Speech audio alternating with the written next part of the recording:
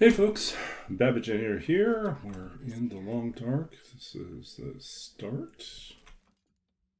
This is the start of the end, I think. We are running out of food. We need to find some deer. Eat them.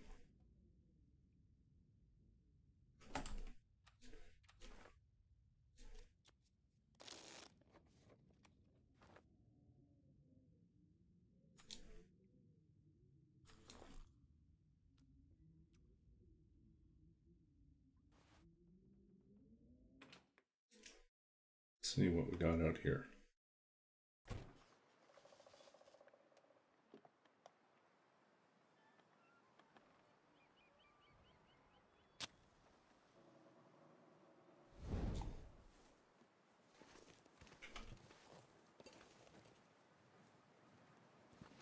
I think we'll need to warm up some teas and then get out.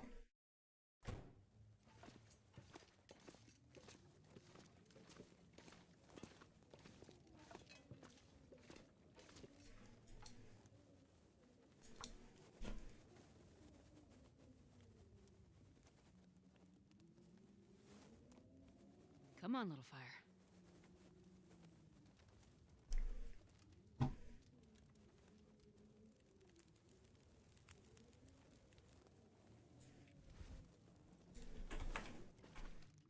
This pack is getting kind of heavy.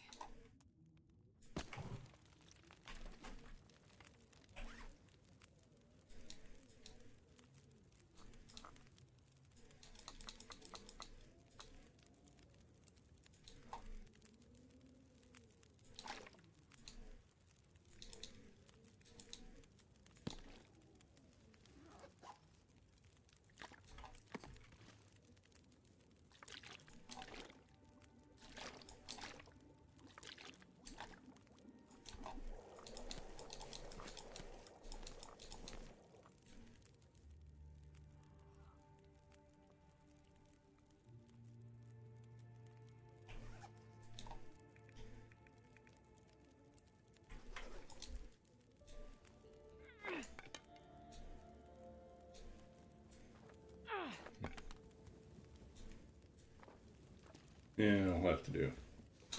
Okay, folks. Welcome to the stream. My name is Babbage. Just a little bit about me, and we're currently doing the tournament Furry then Silence 2.0.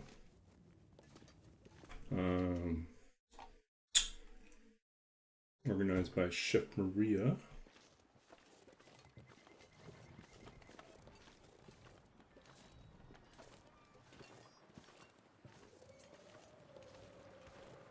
Where are we trying to go to? I think we're going to Pleasant Valley.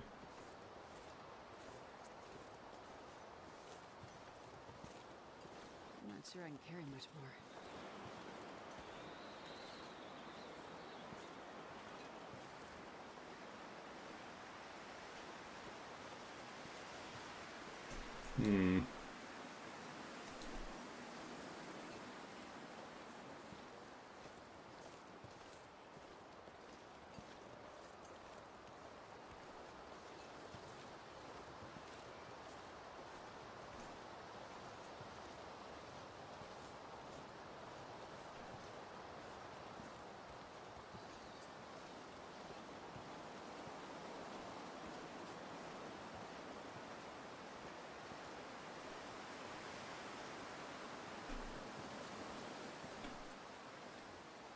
How are we doing for arrows?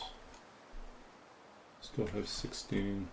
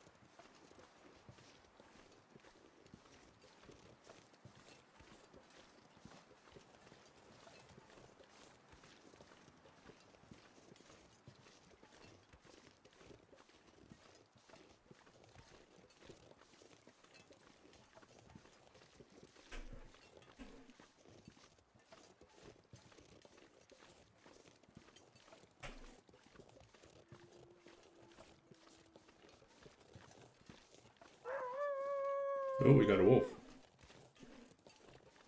Come on, buddy.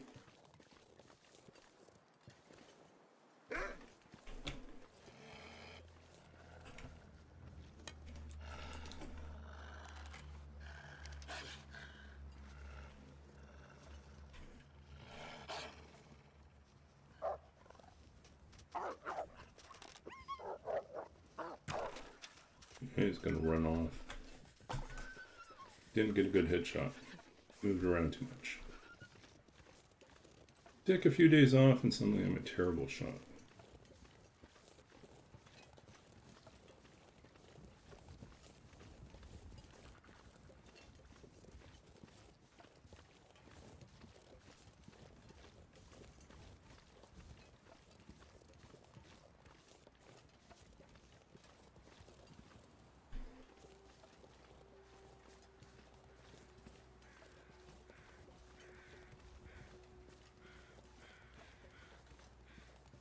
Oh.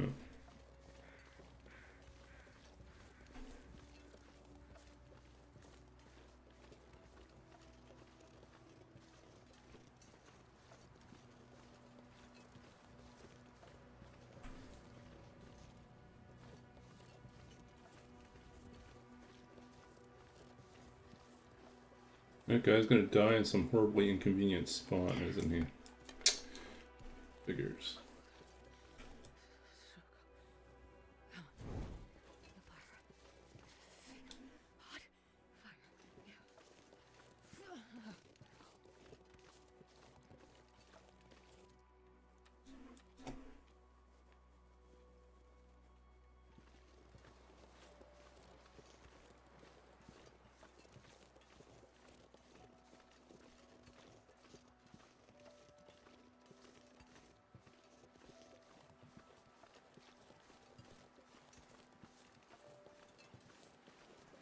I need to find some place to escape this cold.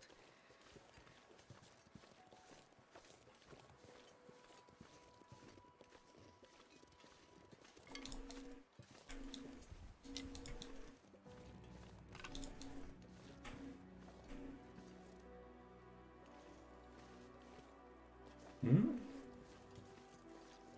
Ran up this way. We may still get something.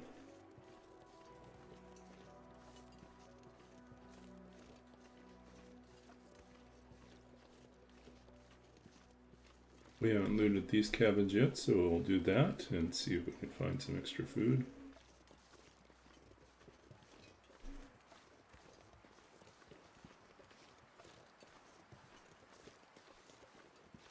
Oh,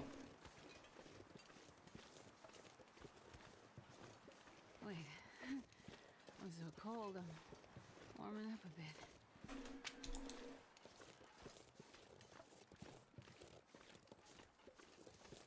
where'd he go?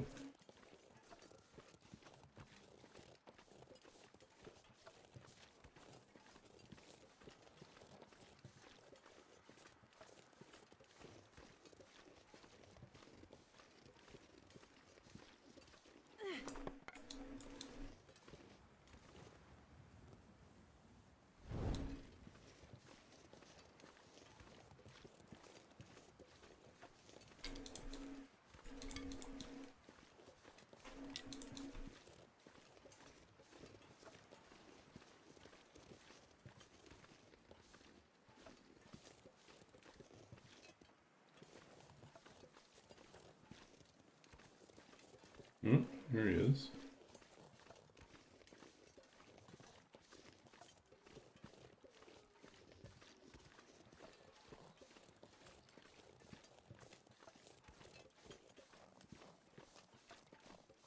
He's I struggling. need a horse. Let's stay in a Where'd he place go? with horses.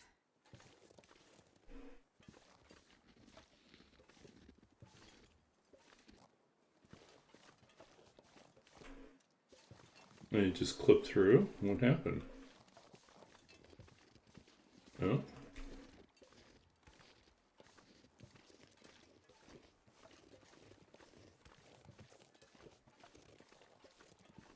That's wild.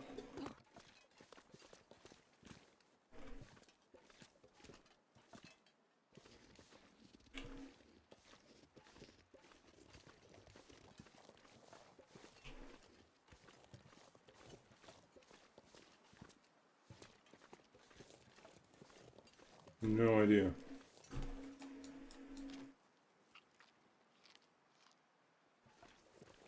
Okay, we'll probably just have to abandon our arrow now.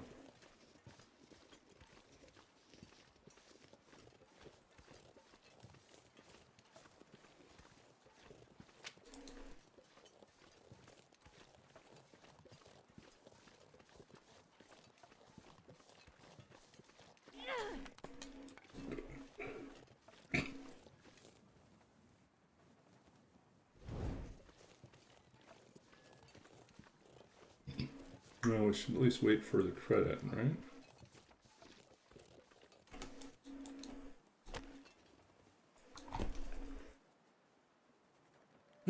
We shot him.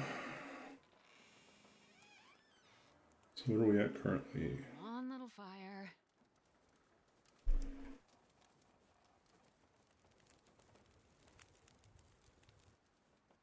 Perfect.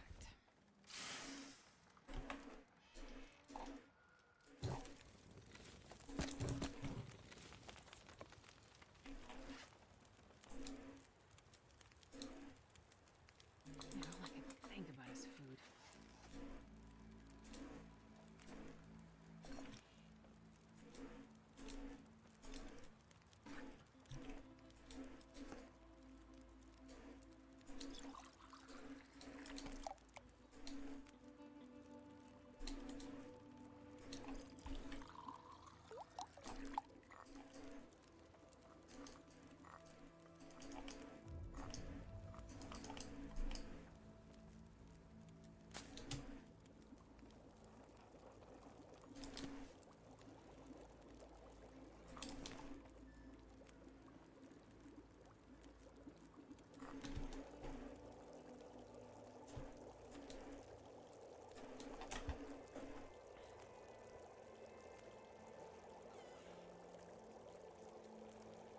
Okay, let's see. What are we at now? Wolves killed 15. Yep, so he keeled over. So that puts us at 75. Plus 5 to our counter. 71. Wolves 15.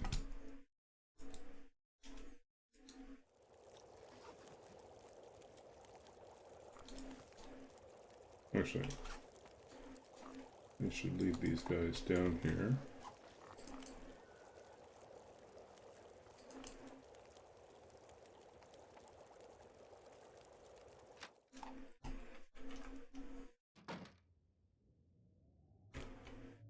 Let's see what else we got. Come on, food.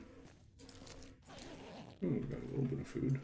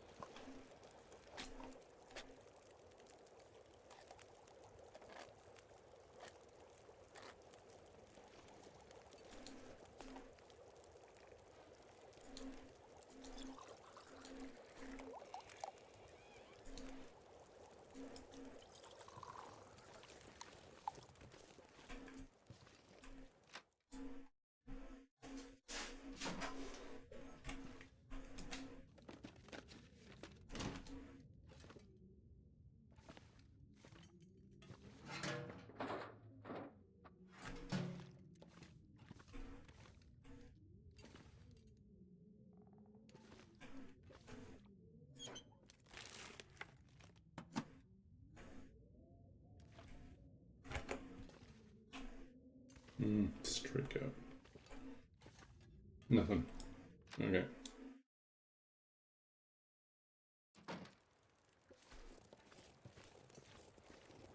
gonna need to eat soon.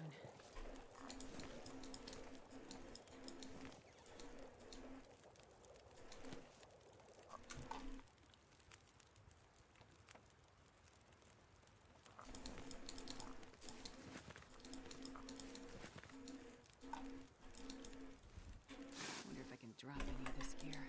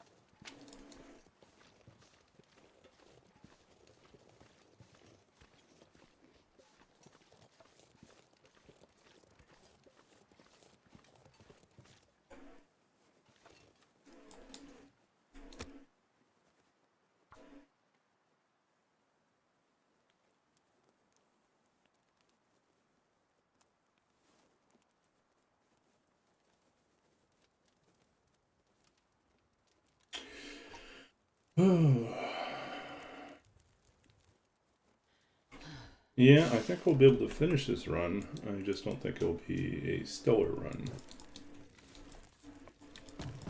So maybe a done run is more important.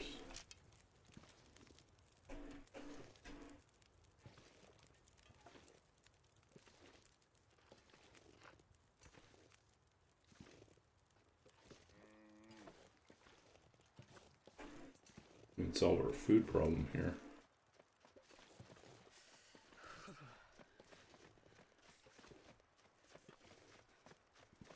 Are you going to be really annoying?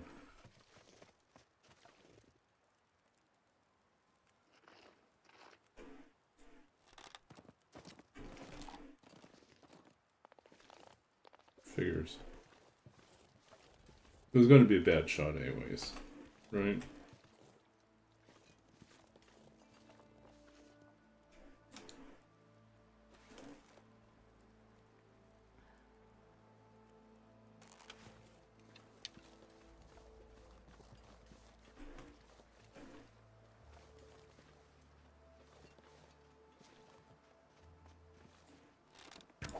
Ah, he moved. Shouldn't have done it.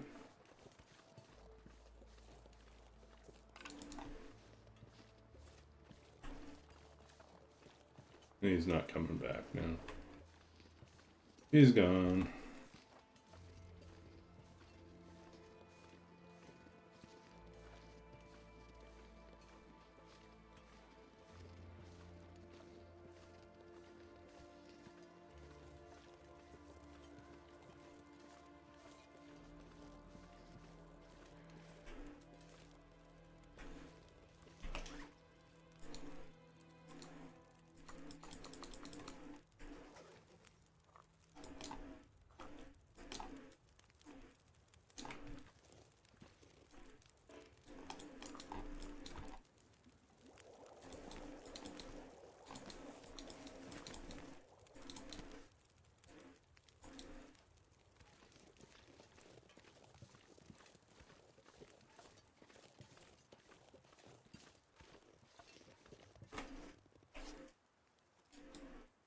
What do I have left here?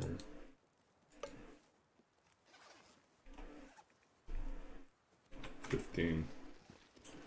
Still 15.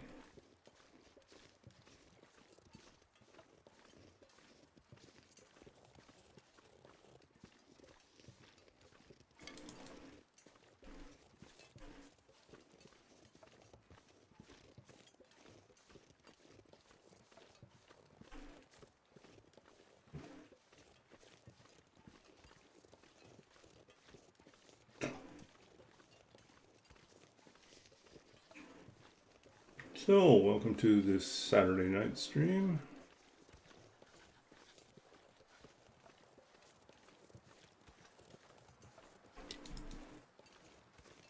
We're pushing on to PV.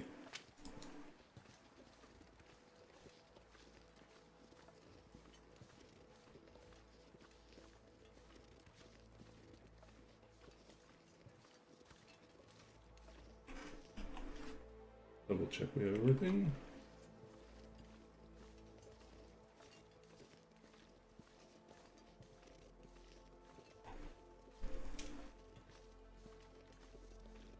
Our plan tonight is to go to Pleasant Valley and then make our way to Timberwolf Mountain. Lots of wolves, bear too. Ash Canyon. See if we can make a shot on the Cougar as well.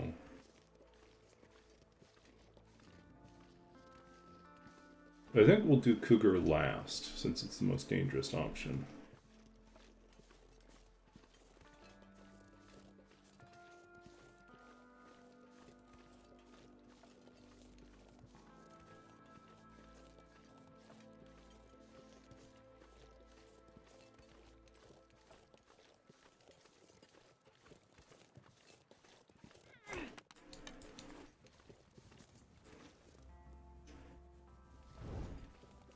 Okay.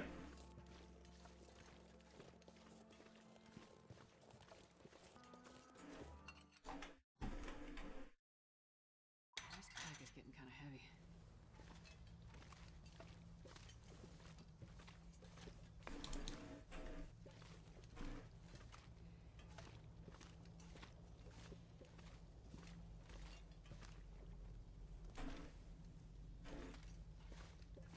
So I think we at least stuck our head in to loot some coal. I don't recall if we made it all the way through. Where do we spawn for this challenge? We started in Forlorn Muskeg. Oh no, we started in... this one was Desolation Point.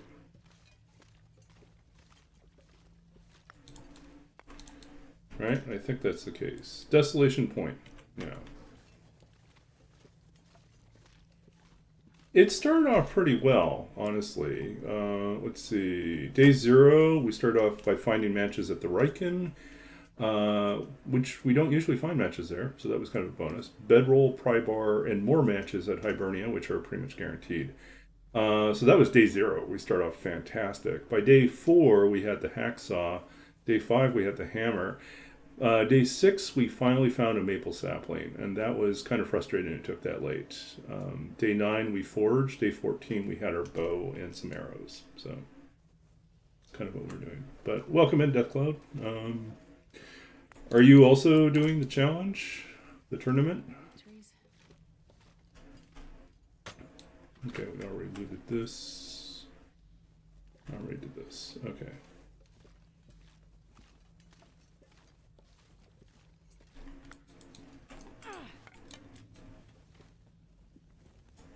We're doing the Loper division of the challenge.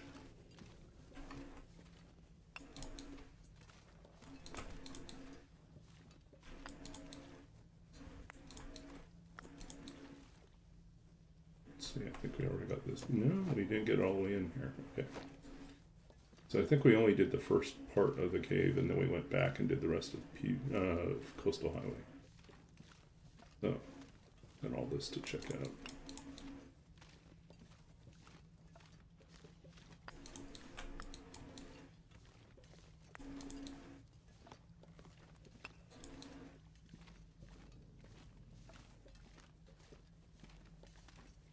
Yeah, are you doing the tournament as well? And if so, where did you spawn? And what difficulty are you doing?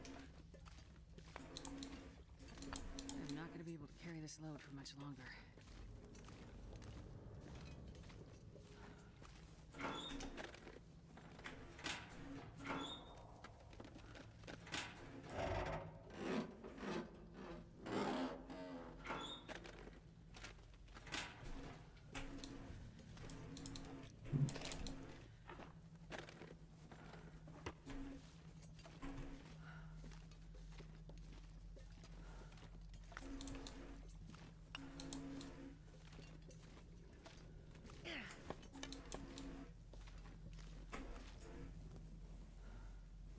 Haven't played in a while, lost vision. Oh, okay.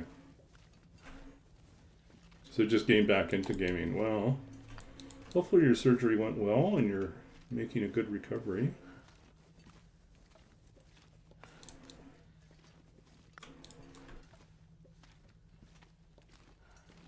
A few years back, I did an old person thing where I injured my neck while sleeping. Just like the lamest way to get a neck injury. And then spent like about 2 months in physiotherapy to recover.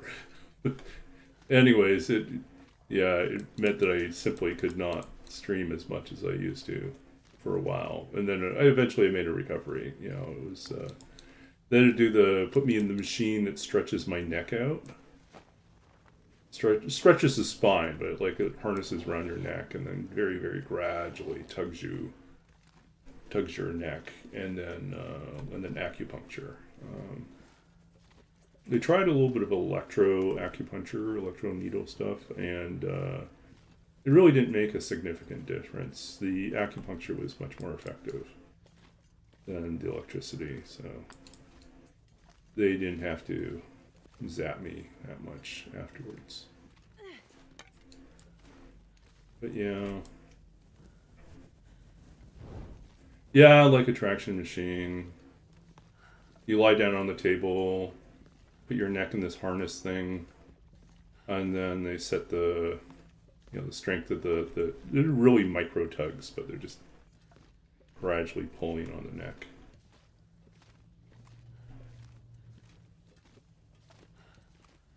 It did help, but it was such a lame thing to do, which is like I slept and my neck was crooked in some way, and I ended up straining or pulling or damaging like some nerves in the process, and it was just stupid. So afterwards, I've since then I've had to sleep with the like one of those flying cushions, like the donut things you put around your neck. Travel things, and just to keep the neck, like head, neck better positioned and not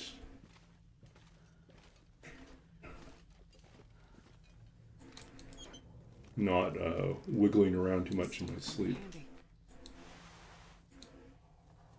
Okay, we'll get there. We'll fix that up soon. Okay, we're trying to keep our well fed here. Yeah, already we gotta zap someone here. Hold on. Well, I block this scammer.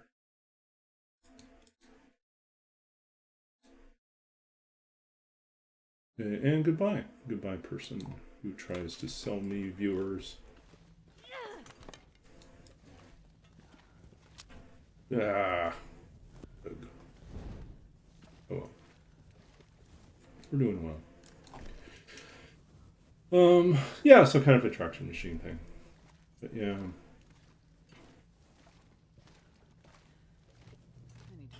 So far I've been fortunate with my vision. I mean, my vision's getting worse. It's a natural byproduct of getting older, but I haven't had to have any surgeries, thankfully. Also managed to avoid, in my family, like past a certain age, past about 40, like both my parents ended up getting type 2 diabetes, and my sister did as well. So far I've beaten the odds on that, but yeah, it's another way you can start having vision issues too.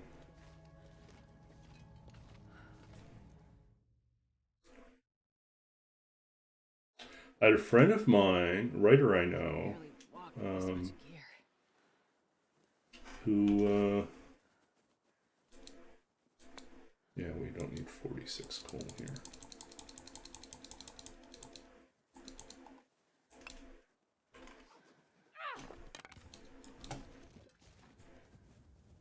Well, she has a memoir about like the year and a half that she lost her vision inexplicably. Doctors couldn't figure out what happened, but she was slowly, very quickly, not slowly, but quickly losing her vision, like over about a month. and then suddenly it was gone completely. And so she writes about, that experience. And then just as inexplicably, about a year and a half later, came back. So that was weird. But her memoir is also about, she's older and grew up in a time period when people didn't know what to do with children with autism, autistic children.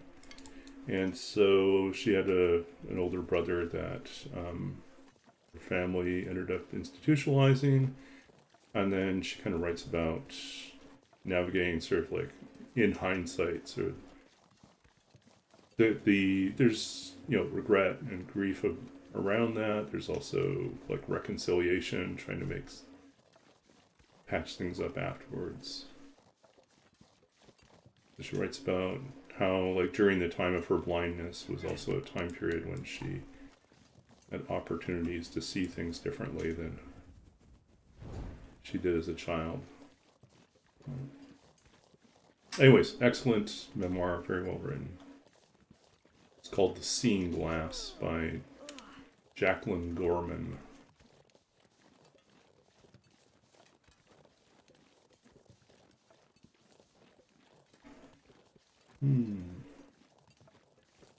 Yeah, you'll find let's see, a little bit about myself here for you're new. I stream The Long Dark. I'm Babbaginator, but I'm also a writer. I'm the author of 2 books of poetry. Used to run a literary journal for about 15 years, so I'm very familiar with literary publishing. I have an MFA and a PhD in literature and creative writing. And so I've taught creative writing and I've mentored people for years. But I also used to work as a computer games programmer, so I'm kind of familiar with a lot of different things. And I spent a good chunk of my childhood in Saskatchewan, Canada, which has very much these type of temperatures in the winter. It gets down into the minus... There's usually a few weeks where it's down in the minus 30s, minus 40s, and occasionally with wind chill gets into the minus 50s. Oh, thanks, Deathcloud. Yeah, your names seem familiar. I was like thinking you've probably dropped in at least once or twice before. So we are starving. Okay, let's keep ourselves going with a little bit of tea, a little bit of liquid courage.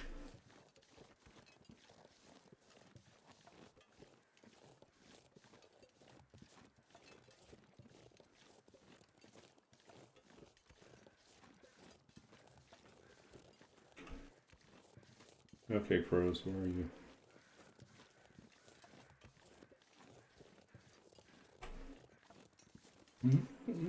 Something way over there. That's where... I think there's a bear over there, actually.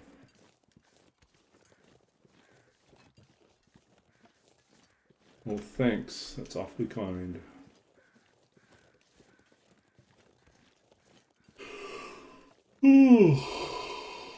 I don't recall if I've mentioned this yet on stream, but a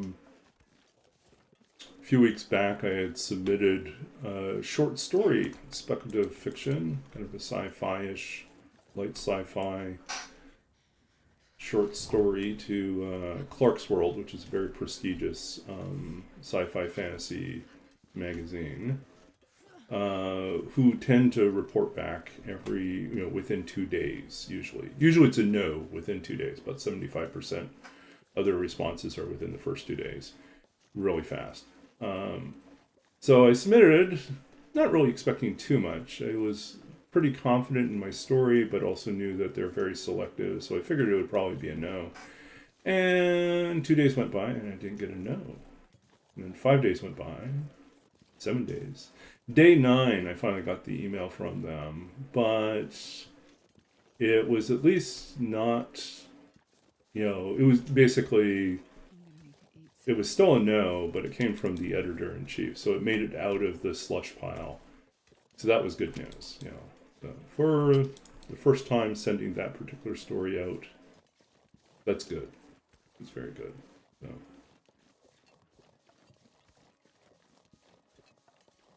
So let's grab some cattails here and feed ourselves for a little bit longer.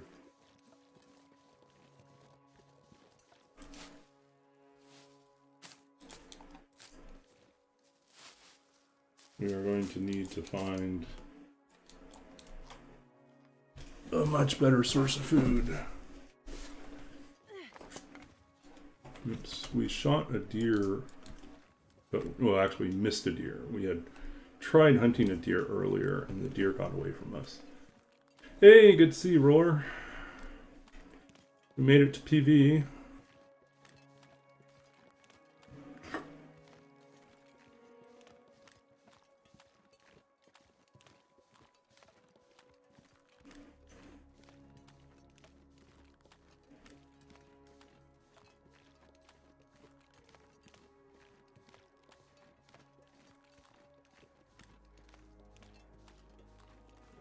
Oh, so cold.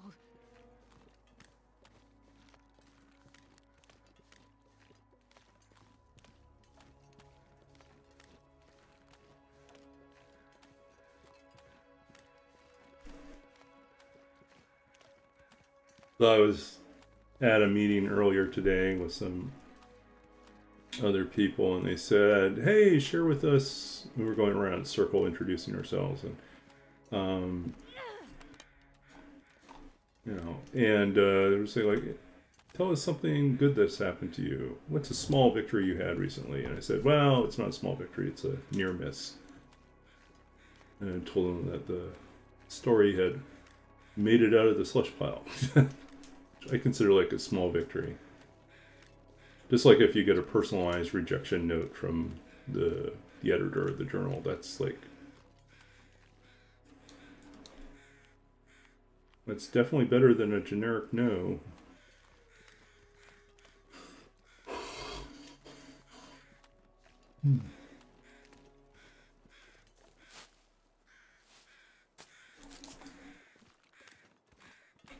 Okay. I don't think we've been to PV yet, so there should be food here.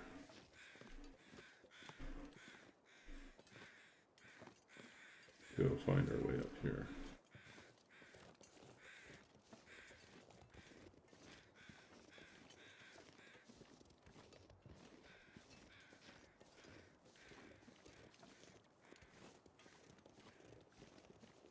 Okay, we know.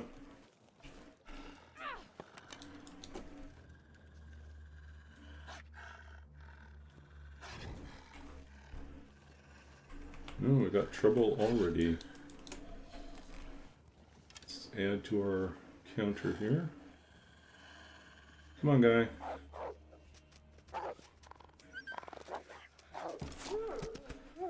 Good, we didn't lose the arrow.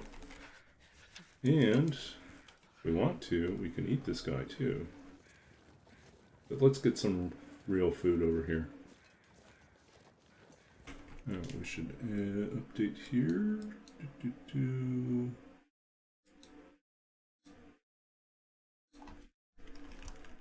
16 wolves.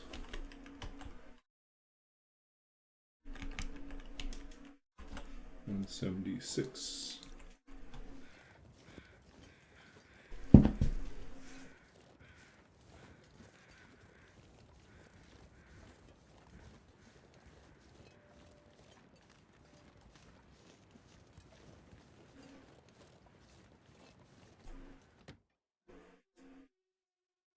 I'm not sure I can carry much more.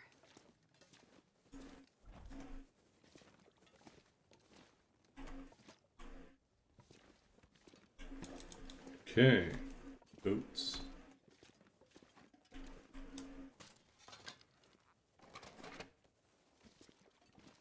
I don't think we need any more. We've got plenty of sewing kits, we don't need any more.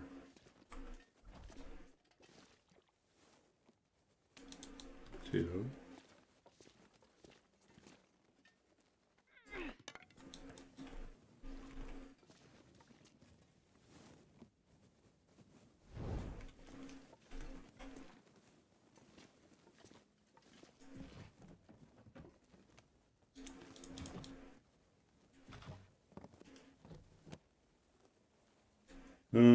excited to get into this game.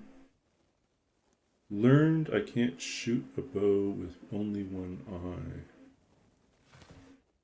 Like in game or in real life? I know that's true in real life, is that you need the second eye for the depth perception. And I imagine that probably is similar. Yeah, I think that's unfortunate, but yeah.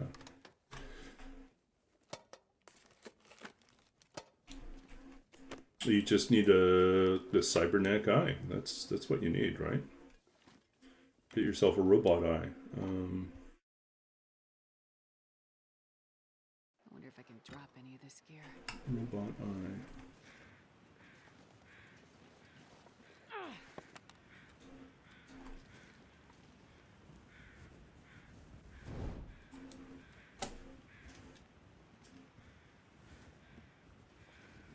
Okay.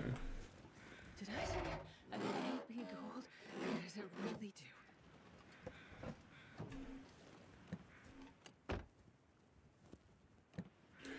Yeah, it does certainly change,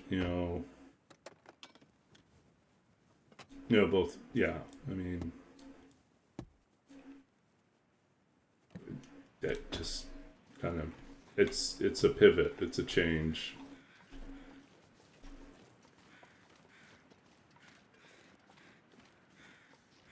Same with firing the rifle. So interesting. So this is going to. How about the revolver? Can you fire the revolver in the game? Because that can be fired from the hip or sighted, right?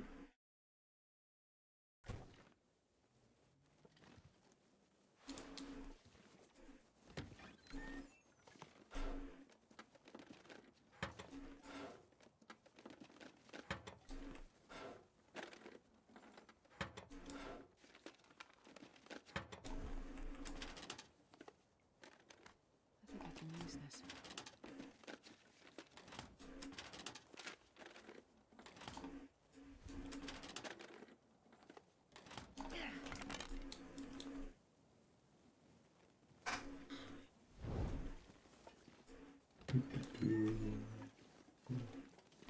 This pack is getting kind of heavy.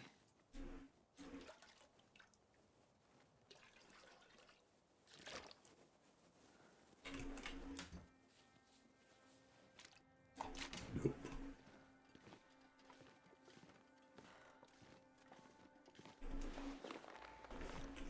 Man, all I can think about is food. I forgot that we lost our socks earlier, so. Okay. We should really make some oatmeal so that we can sleep.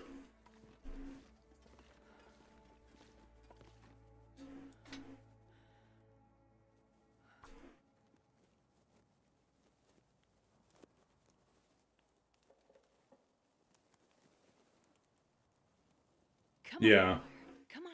Yeah, I think like it's good that the game has some options available, right? It does suck that you can't use the bow, which kind of, I don't know. Personally, I really like the bow, so. But if you can't use it, you can't use it, and then you have to find a different way to play the game. I mean, honestly, if you were playing on Pilgrim or Voyager, you would really not need, there'd be so much loot available that you wouldn't have to do any hunting. Let's see, we want to cook porridge.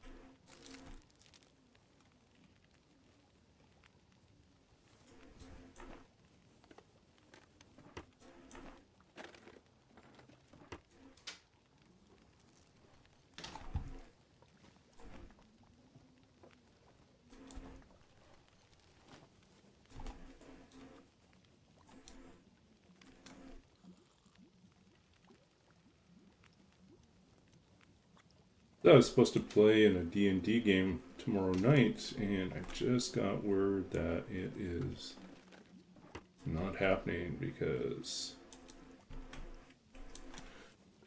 two of our players are just getting back. They're flying back from a vacation and are going to be jet lagged.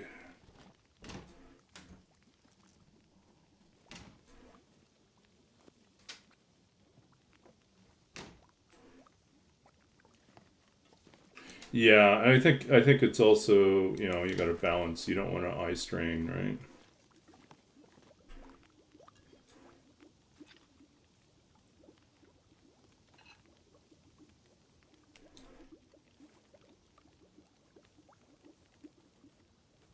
Potato, potato.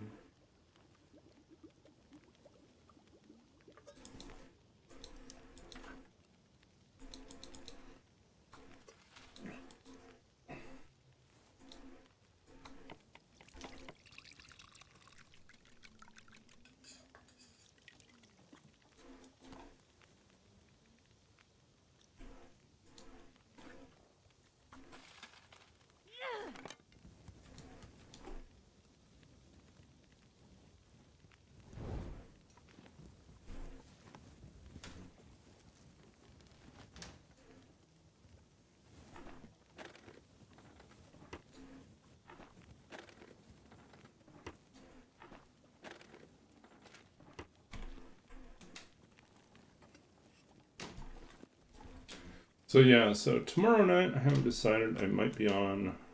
I might do something else. Kind of in this weird place right now with work where most of my big projects have, well, all my big projects have resolved or have been shelved. So all that's left is some documentation work, and you know, I just want to have a little bit more confidence in where I'm going to be, you know, over the next couple months. I mean, my contract with this particular position runs out in December, so you know, there's that as well.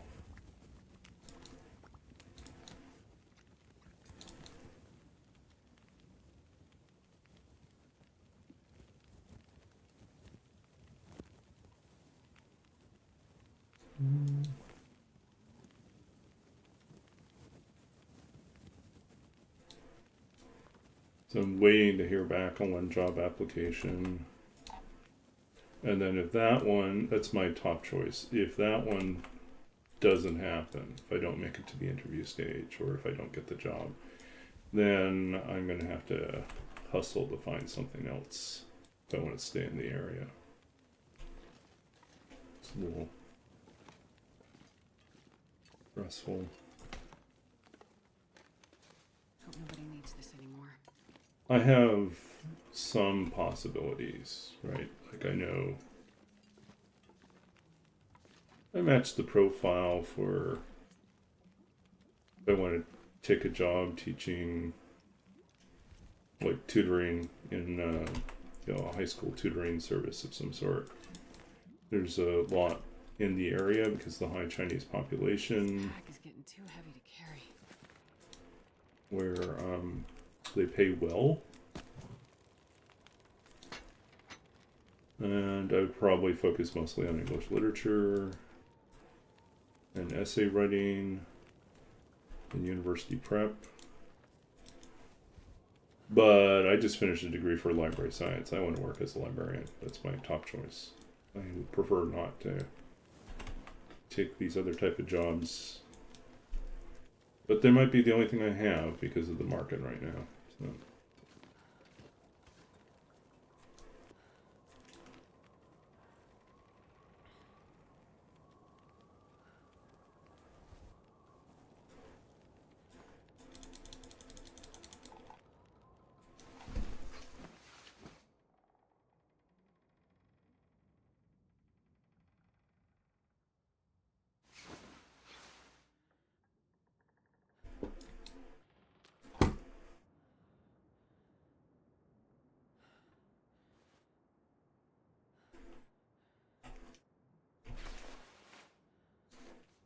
Okay.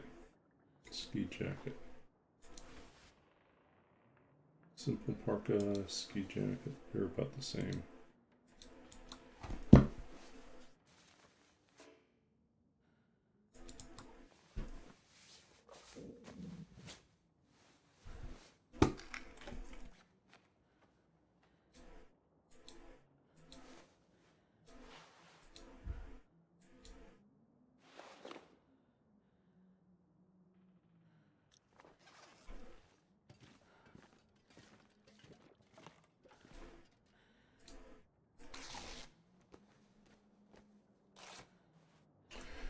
Talking to a friend of mine earlier this evening who is currently was laid off from his or let go from his programmer position and has been looking for the last few months, and he's been discussing things with another friend who does career consulting. And it's kind of a difficult conversation about, like, do you keep plugging away at the career that you wanted, but which positions seem very few to come by, very rare? What have we here? Yeah. Or do you pivot to something else? Okay, I'll be back in a second.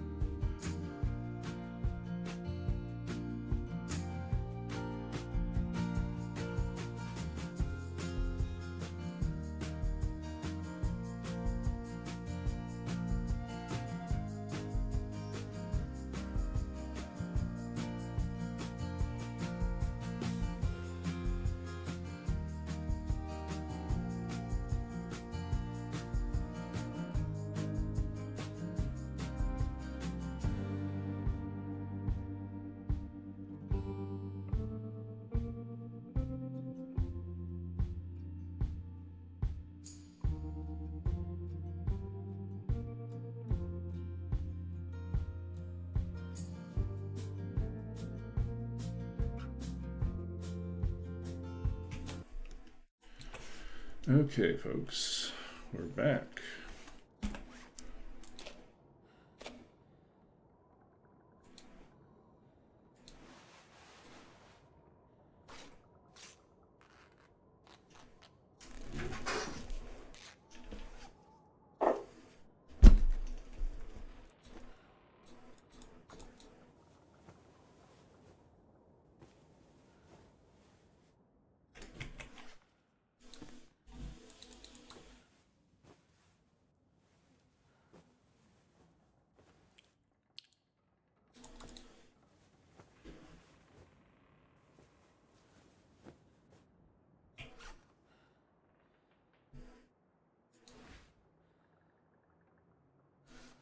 Is there a significant difference? These are basically the same thing.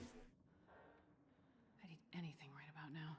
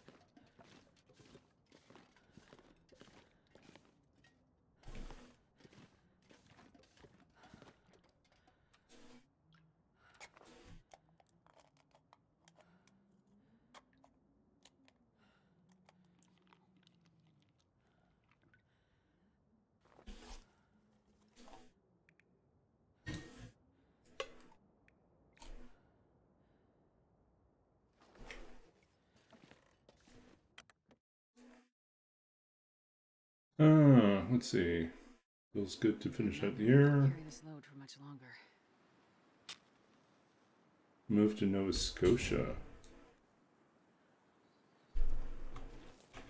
My mother has been out there. Was it last year? She went with my nephew, and they kind of did some tours out in that area. Visited one of my mother's sisters lives in Toronto, and so my mother figured it would be far enough east to also go the extra distance and then book herself tour to do the Maritimes, or Nova Scotia specifically. And she quite liked it. So, who knows? If things don't work out here in BC, and my mother decides to sell up the house in Saskatchewan, Anything. we could pool resources and end up in Nova Scotia. But I mean, if cheap places to live, Nova Scotia and Saskatchewan are pretty up there. But she does like, I don't know, does she like the vibe? But it's still going to have rough winters, so. I can barely walk with this much gear.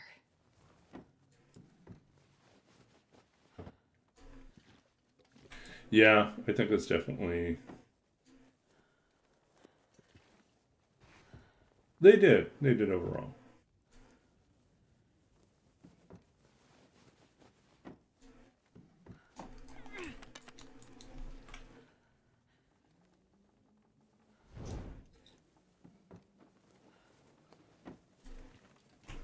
I still like here out in the West Coast, but it is really hard to make the West Coast work.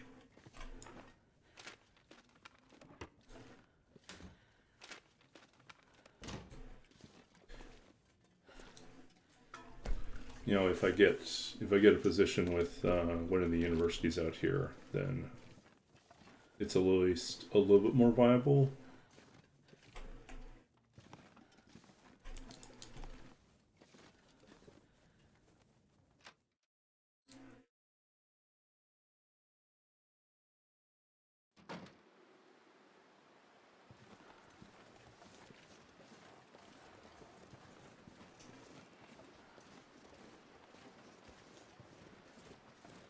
You know, and I can go back to doing more freelance work, but I'd rather not have that be my primary source of income.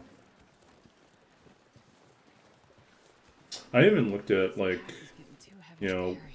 whether or not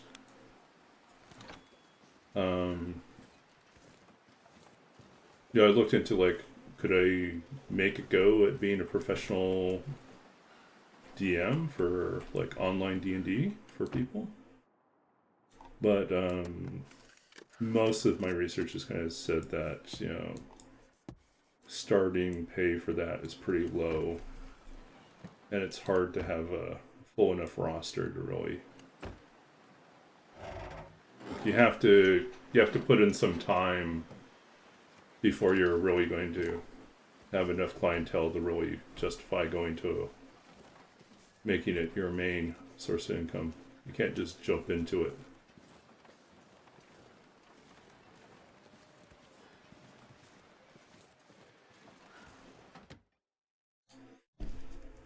Starting to feel numb. The next Matt Mercer. I don't know if I'm the next Matt Mercer.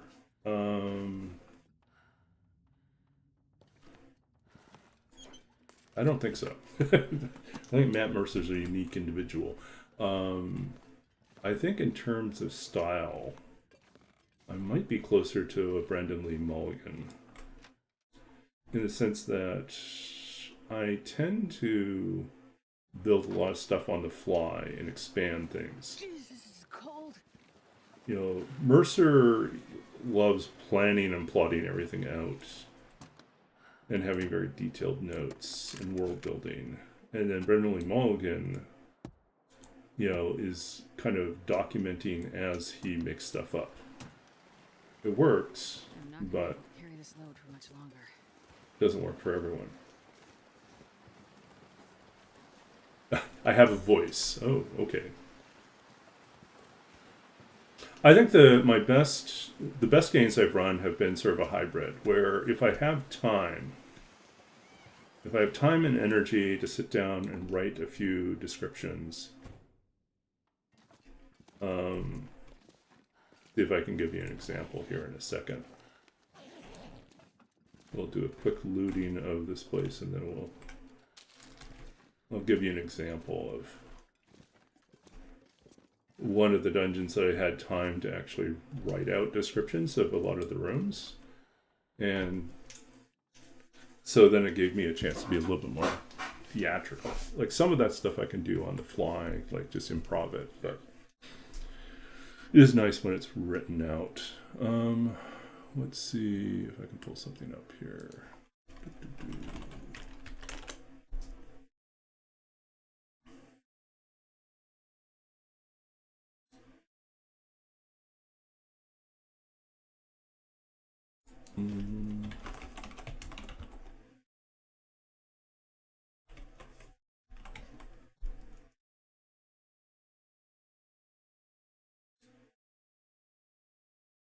Okay, so like this is kind of classic.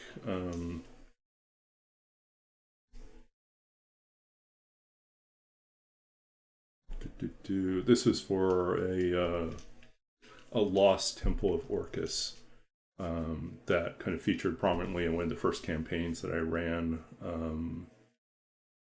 you know, for a group in Portland. What was it? So this is like kind of the entry point to this particular dungeon was, you know, a well, like an abandoned town well where the bottom had fallen out. And it turns out it opens up into this underground cavern. So, you know, what I'd written was this. And this is a little bit more verbose, a little bit more to it, just because this is kind of setting things up. But you know, I have... Descending into the well, you pass the caved-in floor and find yourself in a large, dark chamber at least 20 feet below the surface. You feel your feet land on top of a huge pile of stone rubble. Some of it from the former ceiling, some of it apparently piled up here before the collapse. Part of it is covered with a dark mold, now dry and flaky to the touch. From far above, a single shaft of light descends the well and pierces the heavy, dusty air that smells of earth, old rot, and something unfamiliar. Although you can still see the sun, it feels strangely cold down here, a chill that seems to cut you to the bone. A low mist hugs the floor. With added light, you can see that this is an octagonal room rather than a natural cave. 8 stone pillars line the perimeter, 2 each flanking the 8 exits of this space. The walls have been darkened with mold and age. Whatever scenes or emblems were painted on them have faded to nothing. Surveying the room, you see that at its widest, the chamber is 100 feet across from exit to exit. So that's kind of like the setup. But like some of them are like, I think a lot of descriptions just need to be short and to the point.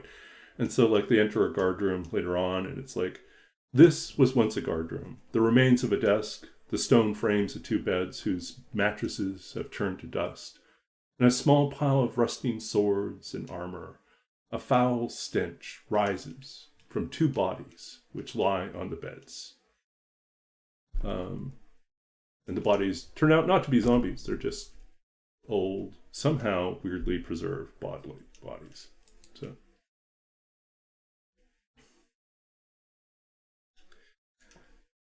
anyways, so sometimes I have like more written out ones, and sometimes I just kind of improv. Like one of the wildest things I did a couple months ago was towards the end of one of our campaigns.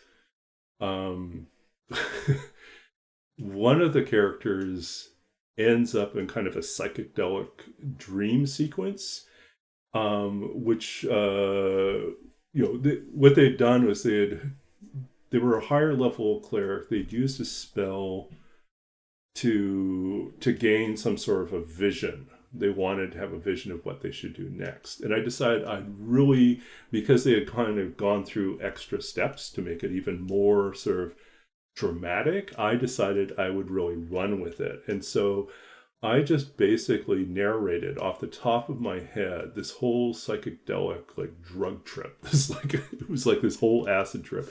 And it was kind of like loosely, I mean, in how can I put this? Not like literally drawn from Alice in Wonderland, but kind of that sort of sense of like you're on this weird journey and nothing's stable about the environment, and things keep shifting in size and dimension, and you are presented with weird like creatures and odd choices, and dialogue is strange, and it was just kind of out there.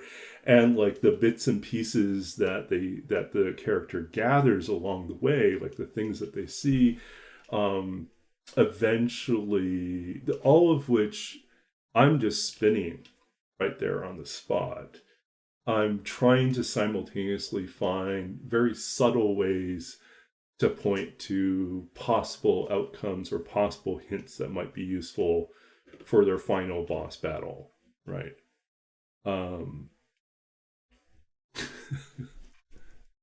And so, but that was kind of fun. And it went on for like 25 minutes. We were just, it was like the wildest thing. And I would not normally have gone that long, except for everyone was having a blast. Like just like seeing where this went, You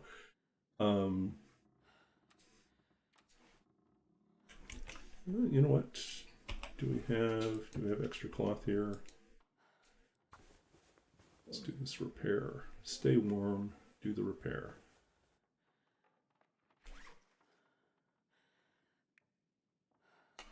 This is still full. Okay.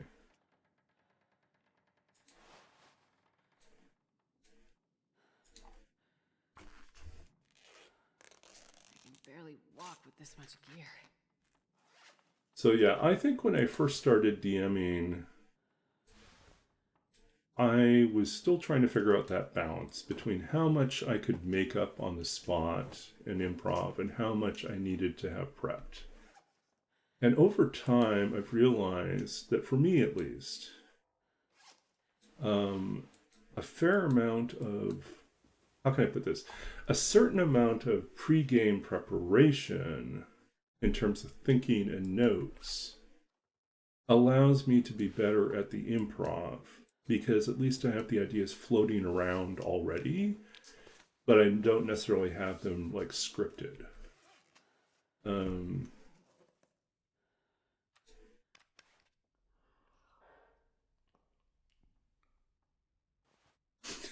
Not at Baldur's Gate, no. Let's see. Let's eat our potatoes.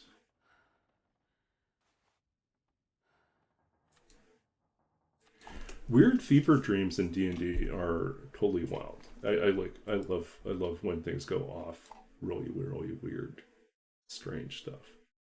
I also love like introducing,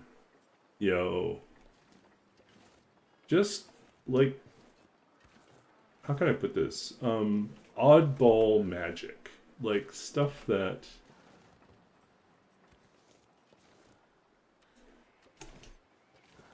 like one of my favorite NPCs of all time is like a character that I run in the big city of Sanctuary. There's a guy called Discount Pete. That's all he goes by. Discount Pete runs the Bottomless Barrel. And he's like the most obvious fence in the world. Everyone knows he's a fence. There's no like attempt to hide the fact that he's, he buys and sells like stolen goods. And most of what he sells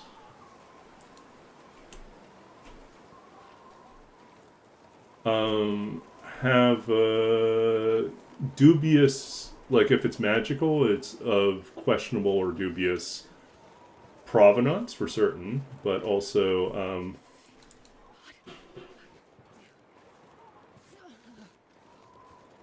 should we do this? I wonder if we should go ahead and just cook this guy up just so we have something to eat back up. Anyways, he sells a lot of stuff that's like flawed, kind of like knockoff magic items.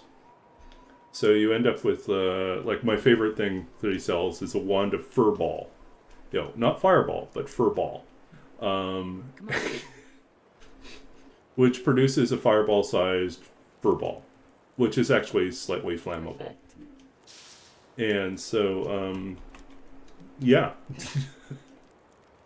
It's like, what? What in the world? What? And then occasionally party members, like I've had parties that did decide that they wanted to buy or trade for the wand of furball. And it becomes like they end up figuring out a way to use it, an unexpected way to use it.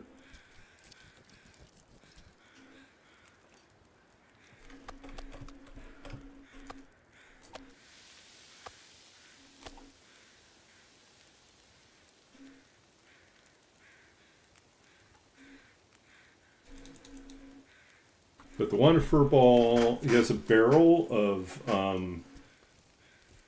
magic wands 50% off. And what that really means is that the wands will misfire 50% of the time, which is fun. And then there's like a whole host of other things, like a potion of healing, but like it's HEELING. So instead of healing you, it causes you to rear up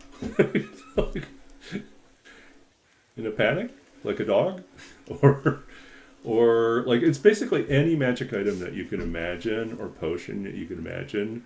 You you just think of like what would, oh yeah, a scroll of misspell magic, right? And it in turn actually can be used to alter a spell that's just been cast by one letter.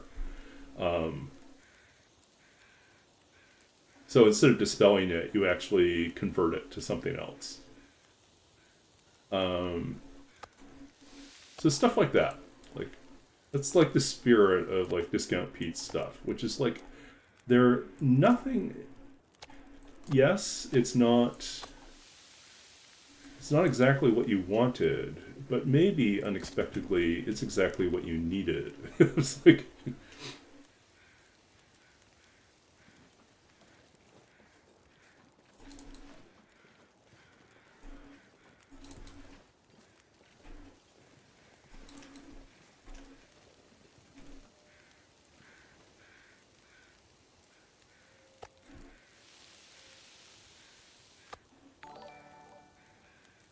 Hey, welcome in, Bloody Cactus. Good to see you. We're just chilling here, cooking up some wolf meat, so we have some options for food since we are starting to run low. Let's throw in a good old shout out to Bloody Cactus. How was your stream?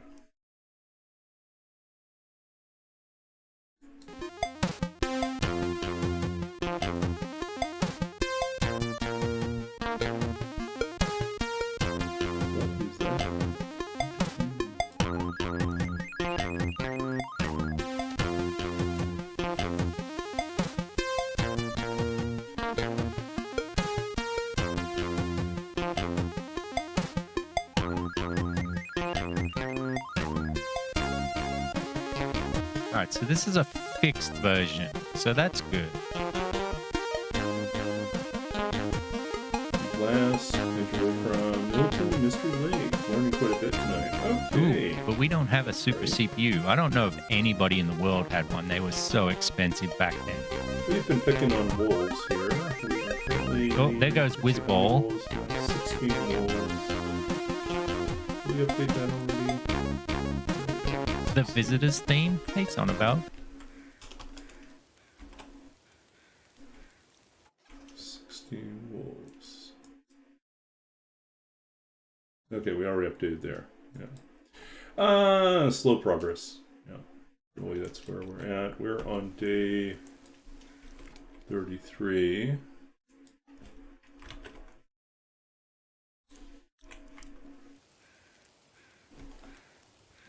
I've been killing the occasional wolf, but not really finding... We need to go track down the bears.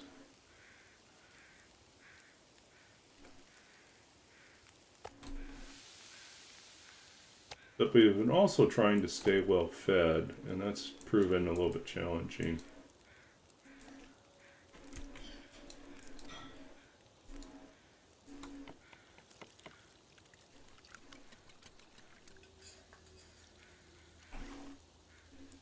Okay, let's see here. Also need to cook that potato.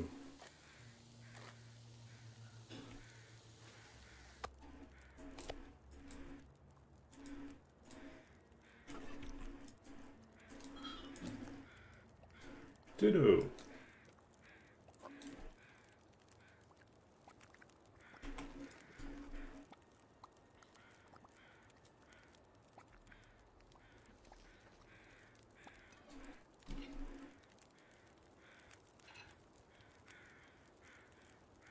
They're overall not too bad. We're not dead. We're not dead, and we're, what, 17 days away from the end of this thing?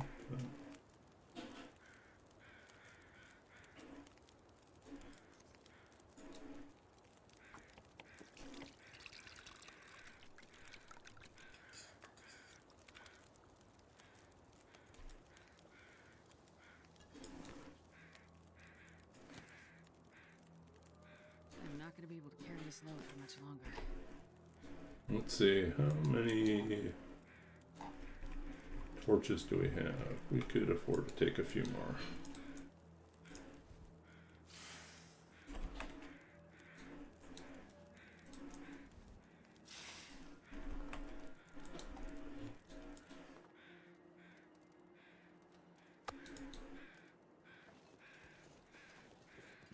Okay, we'll rest here for the night.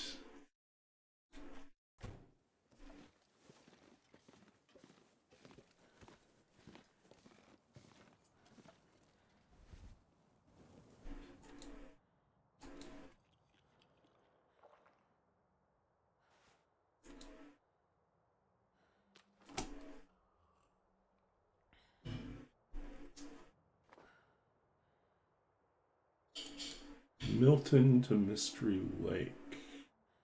So you went down through the climb down region.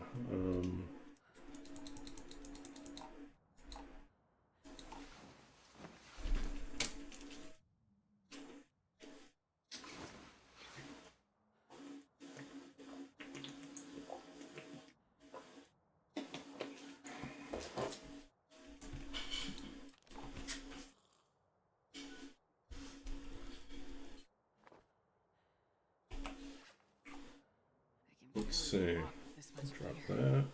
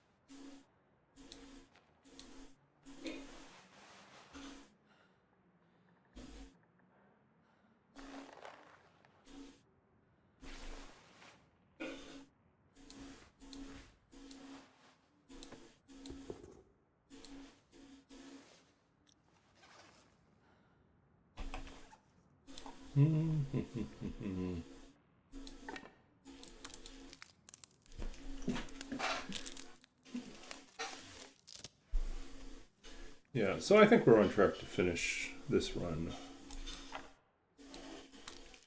Will it be a great run? Will it be like one for the ages? No. Will I even place in the tournament? Maybe for having a completed run. I mean, I guess the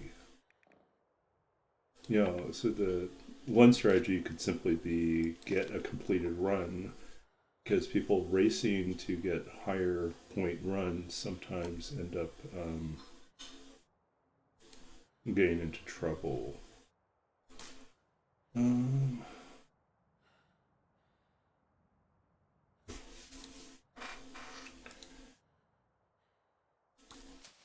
Like they take more risks and they could end up losing their run.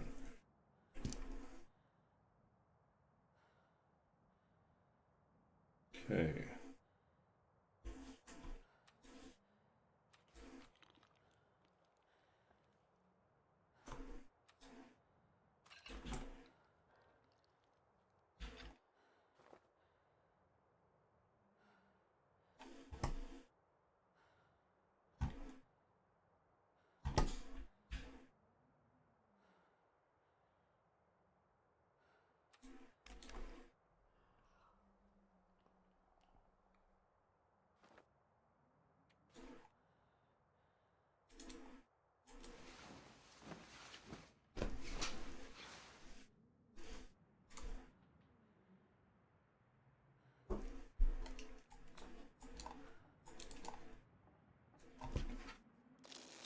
Had a bit of an email exchange with one of my clients who I worked with earlier this year on a novel manuscript. And he was all excited initially. He said, "Oh, I had an interesting offer from someone. But what do you know about this publisher and this idea of hybrid publishing?" And I had to break the news to him that it's a scam. Traditional publishing does not require you to pay. Publisher takes on the risk. That's why it's hard to get published, because they're basically betting that they're going to be able to make some money off of you, that your book will sell. So anyone that tries to convince you that they'll publish you if you're willing to pay upfront and then also pay for marketing and advertising or help, like they'll say, "Oh, can you help us with the cost for marketing and advertising?" It's like, they should be applying for grants to do that. It's getting too heavy to carry.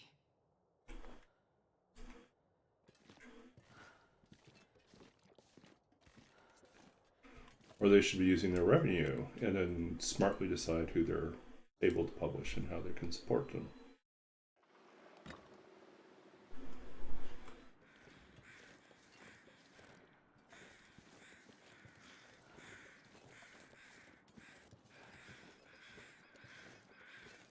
The bear at Bear's Bend.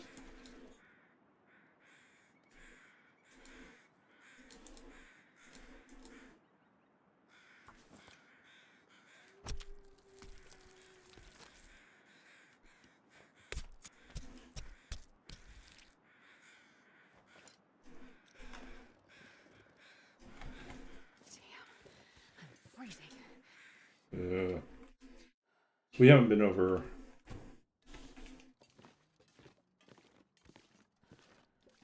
I think we skipped that bear. We're gonna. It's a little warmer here.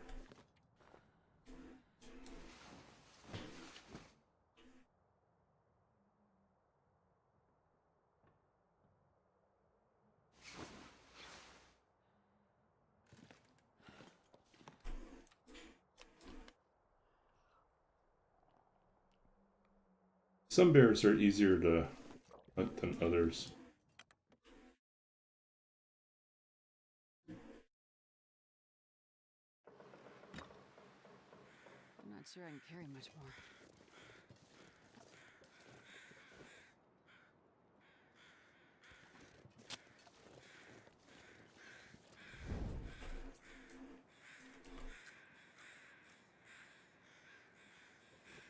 Where should we go?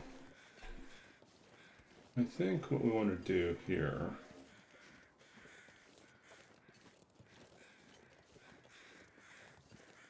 I think there should be a deer carcass we can harvest over here.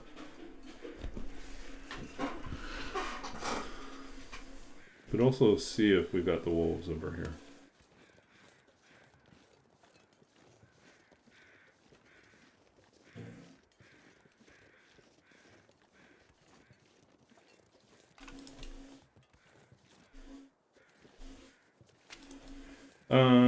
Best place to find a cougar is in Ash Canyon at the bottom of the gold mine. Climb down. It's where the moose used to be. There's a cougar over there now. That one I think is pretty consistent. That's my target cougar for this competition. It will be the last thing I hunt.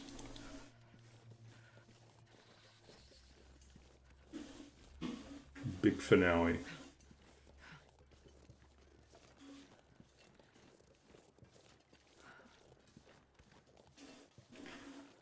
It may or may not be the last thing I hunt. I mean, I guess it depends on I'm not going to be able to carry this load for much longer. if I want to rush to the gold mine to get the backpack or not.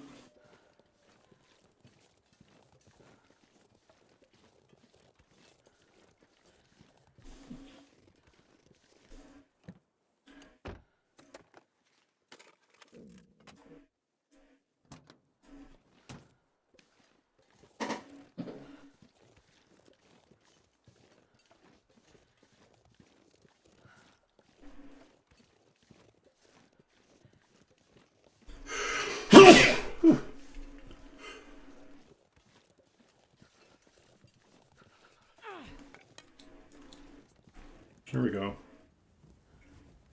Another wolf. Another 5 points.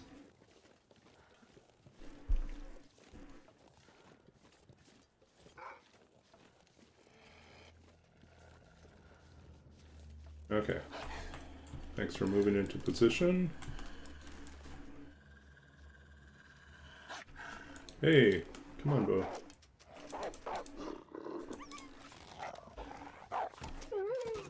We'll take that. That's another one down. 17. Maybe we'll break 200. Well, if we get the bear, we'll be over 200.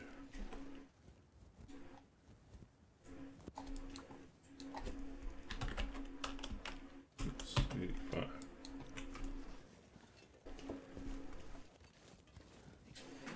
I've struggled for a moose in AC since the cougar showed up. Yeah, I think they moved the moose from that spot. Or maybe it's an either or. Either you get the moose or you get the cougar.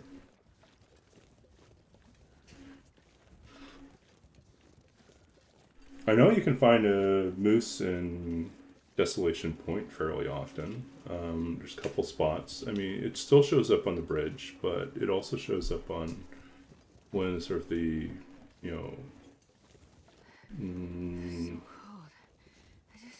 of rocky bit out on the coastline, like between the lighthouse and the Riken. That's a really inconvenient moose. The Desolation Point moose. It's like, yes, it shows up. It's just not easy to hunt.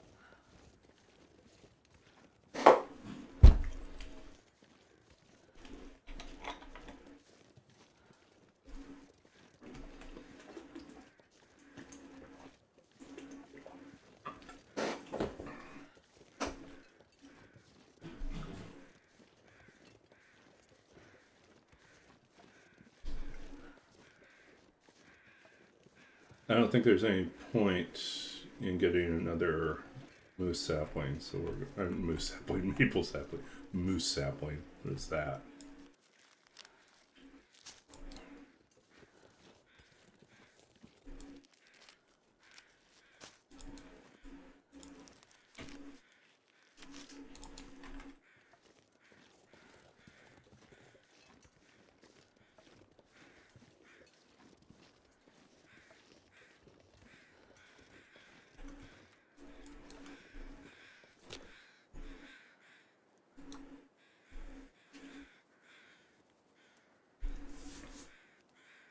So yeah, those of you who are new to this channel, this is a little bit about me. I'm a writer. I'm the author of 2 books of poetry. I'm also a former computer games programmer, creative writing coach, and most recently I finished a degree in library and information science or studies, become a professional librarian. So I am currently, I guess you could say, on the market. I have a position right now that runs out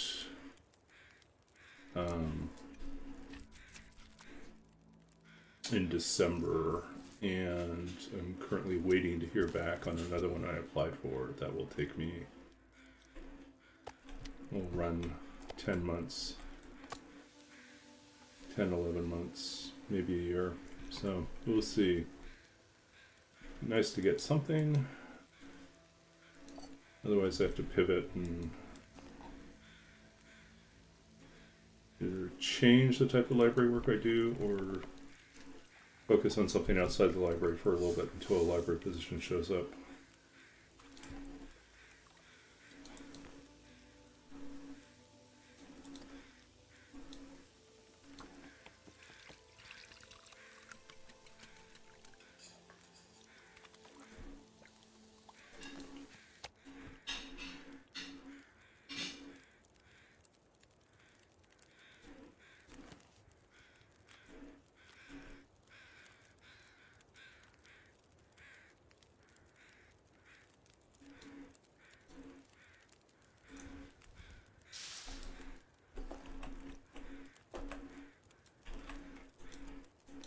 Is getting too heavy to carry.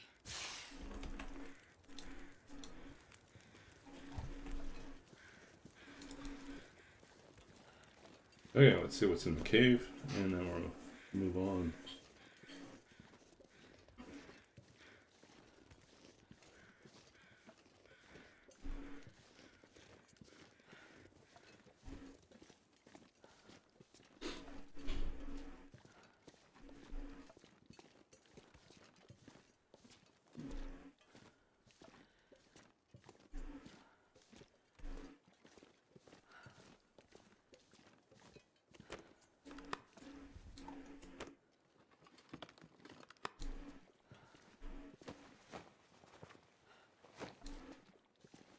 Ooh, We'll take it.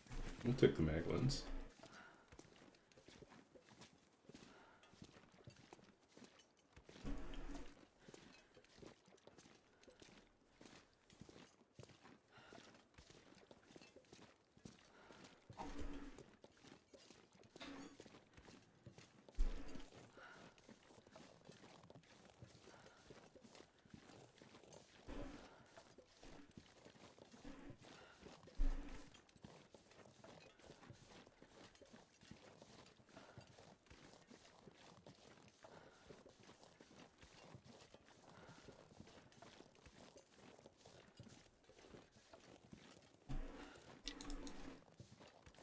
Okay, I guess we're going to push on to the barn.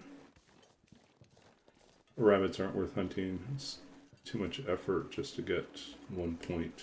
I don't think it's worth it.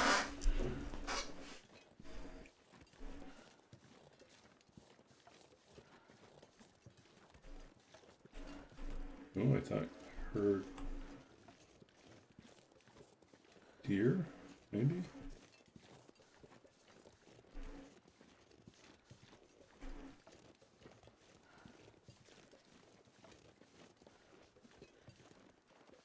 Yeah, took off already.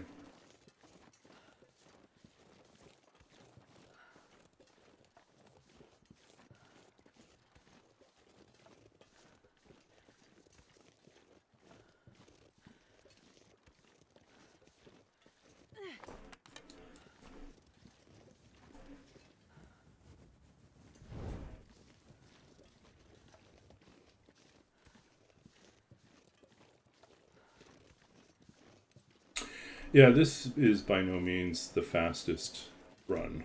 There are people that are much, much faster than me at hunting all the bears and wolves in the region. This is much more of a loper run that happens to be doing the tournament than it is.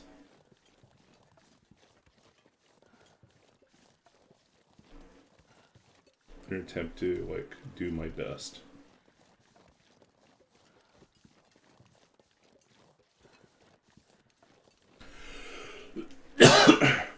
But hey, there's no right way to do this.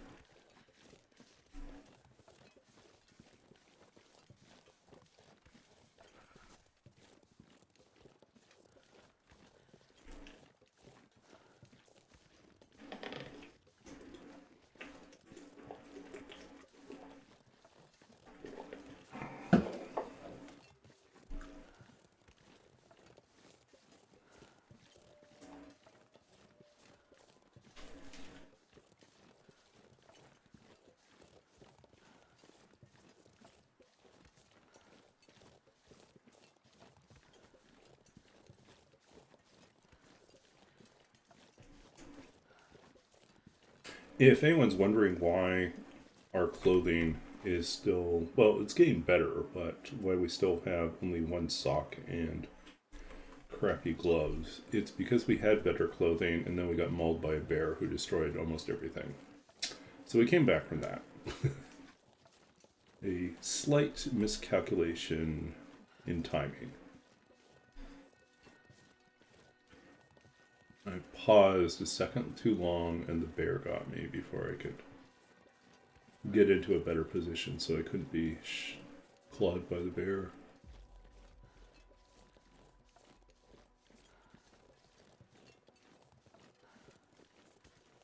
Yes, yes, it is a long way from pre-release.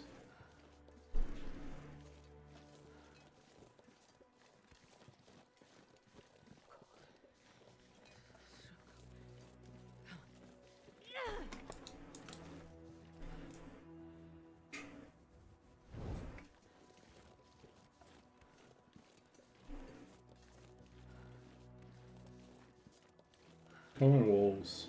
Show yourselves.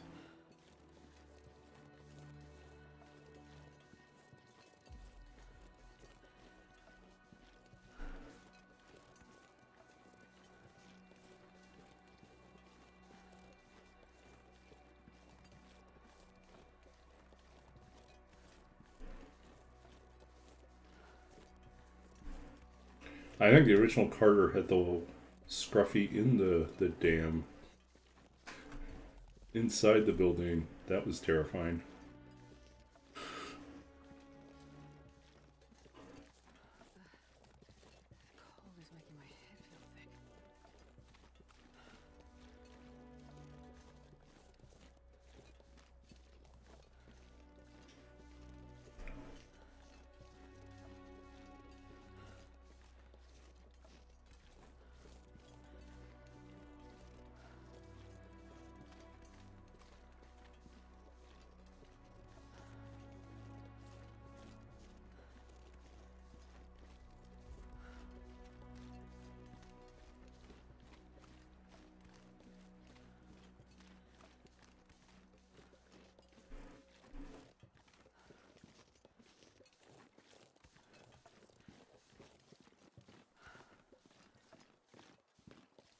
Okay, let's see if we find wolves or bear out here.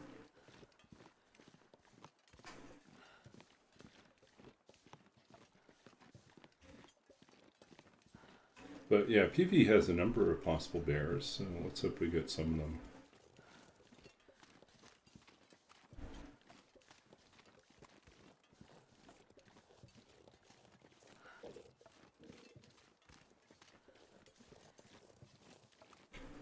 Oh, we've got a wolf out here.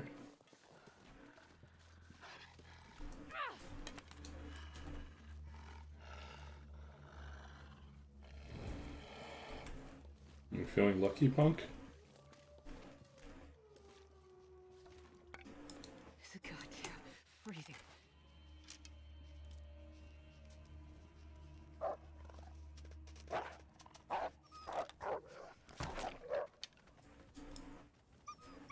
Yeah, he's gonna run off with our arrow.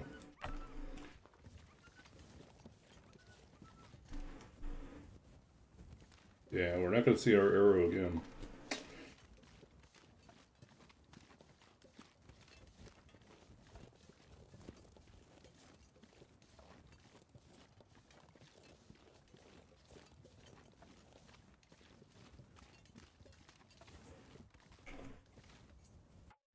Let's see.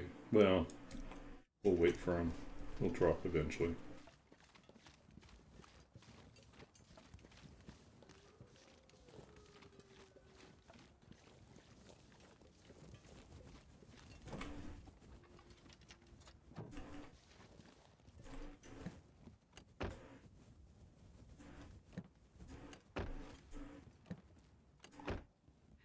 Do I? If I don't warm up soon.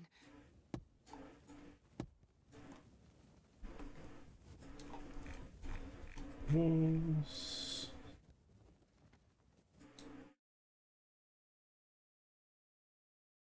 It's not dead yet.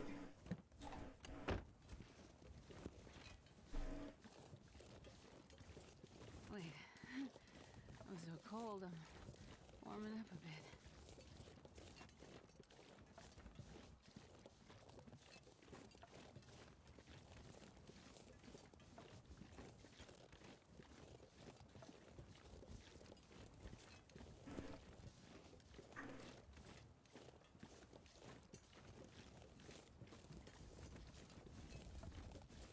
Well, I think I died from wolves pretty early on, but that was because I started with Stalker, and so there were wolves everywhere.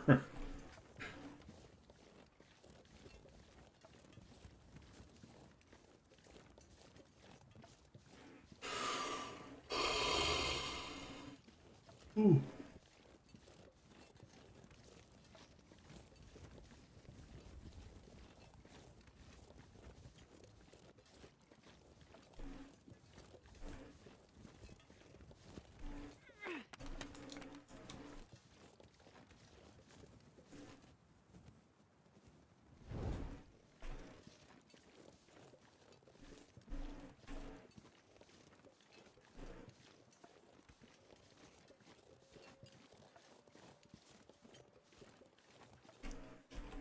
Is he down yet? Let's see. Nope, not down yet.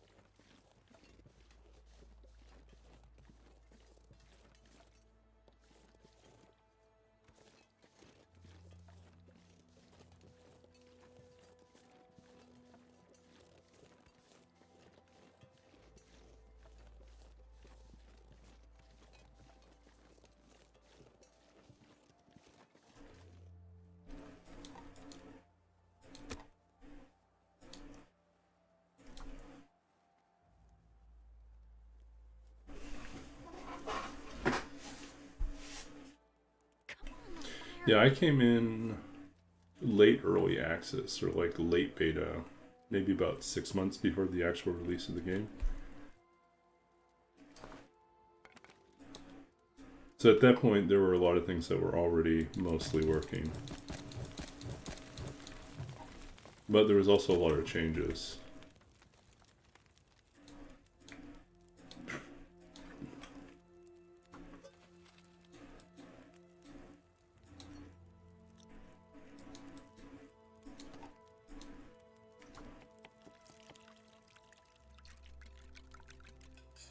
But I do remember spending a long time playing on Stalker.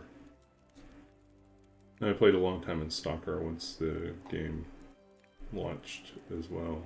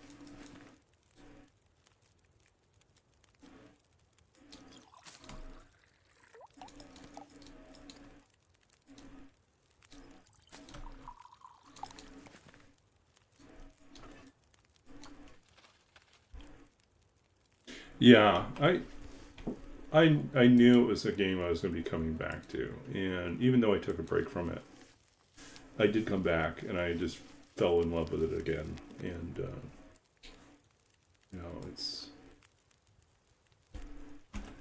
is a great game, a really special game. Are you dead yet? You're dead. Yay, the wolf is dead. We can get credit for the wolf.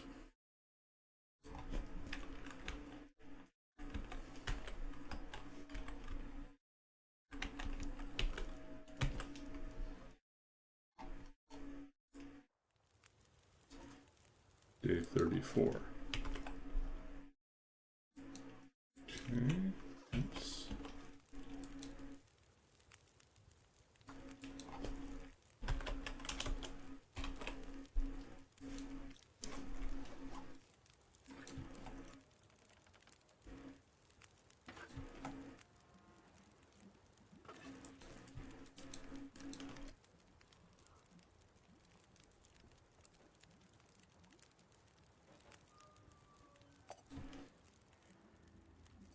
Yeah, one of the other places I'm going to apply to if this library position doesn't pan out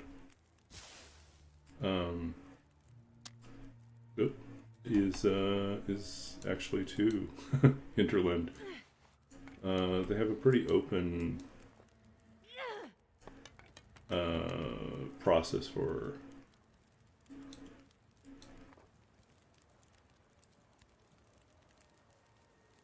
there's bears here.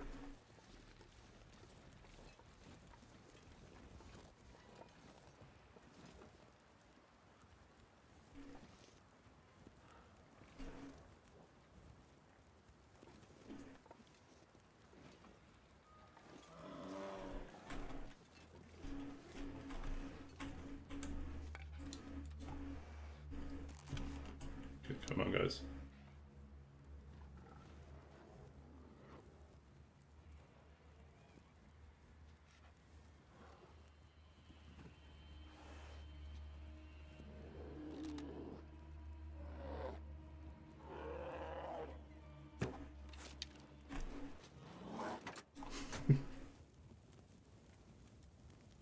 I don't think we hit him.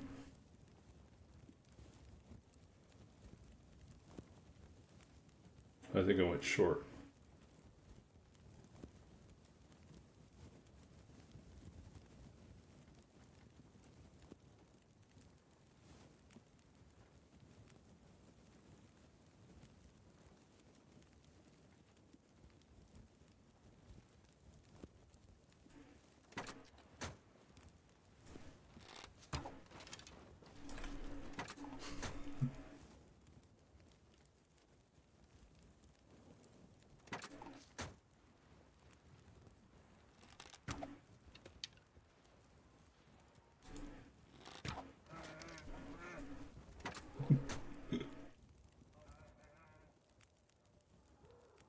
I wasted a bunch of arrows doing that. I was hoping he would drop, but that didn't happen. What a waste. I should have just let him bleed out.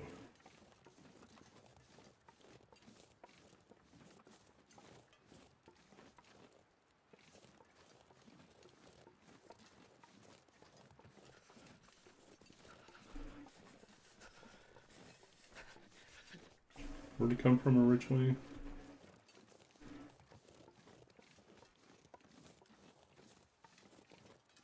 I think we overshot.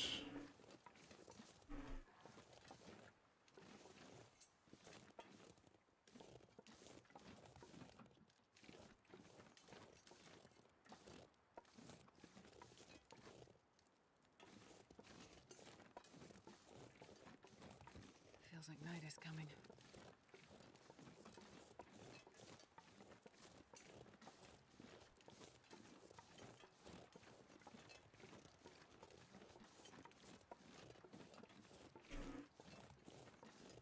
I don't know, we lost him somewhere. Wow, we only have 10 arrows left. That was a waste.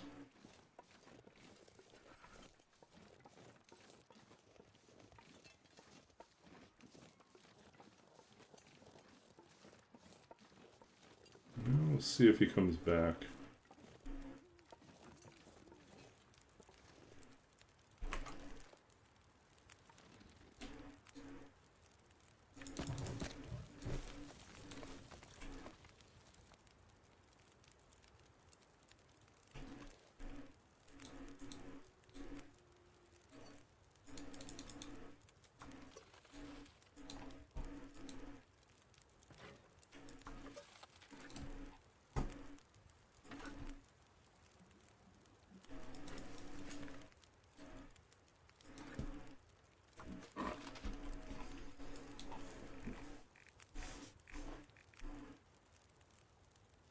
There, still only 3.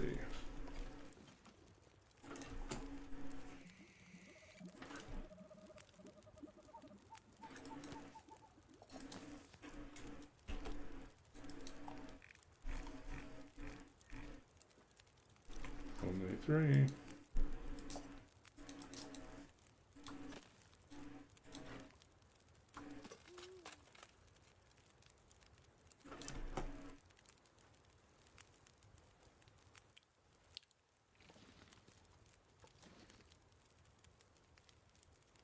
Coming back.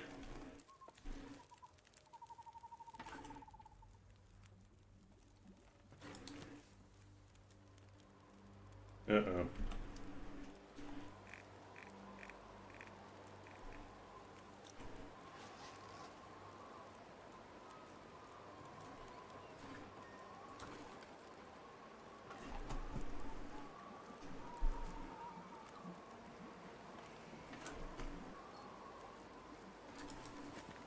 I'm not going to be able to carry this load for much longer.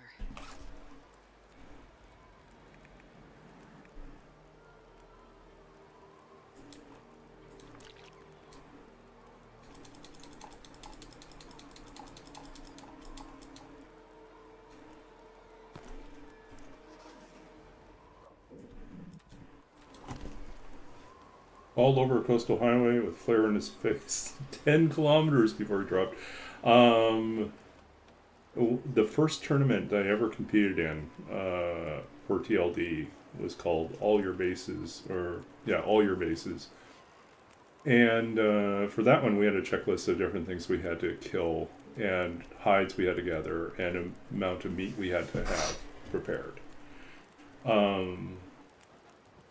And I chose to compete at the Loper level, even though I was still relatively new to Loper. And so it was a really hard challenge for me. But I made it through on the tournament, and I shot my last bear in Coastal Highway on like it was midnight. We had until noon the next day, and it was midnight when I shot the last bear, and I was on top of kind of rocky promontory kind of lookout place. You know, if you keep going from Misanthrope's Island a little bit further, and you haven't gone all the way over to the back towards the road going out, you can climb up onto this little rock and you can shoot down on the bear as it walks by. So I did, and the bear just takes off. Like, all I see is just his breath. And so I fire down, I hit the bear, like it's an incredibly long, almost impossible shot. And I hit the bear, he takes off running, and then I have to spend the rest of the night following the bear because I needed to get his hide. And I needed to know where that bear was. So I chased him all over Coastal Highway in pitch black, looking for the bear, and found him like at dawn, you know, almost all the way back to his den. Yeah. And that was a lot of fun. It was pretty epic. Our bear is dead. Okay, we will take that.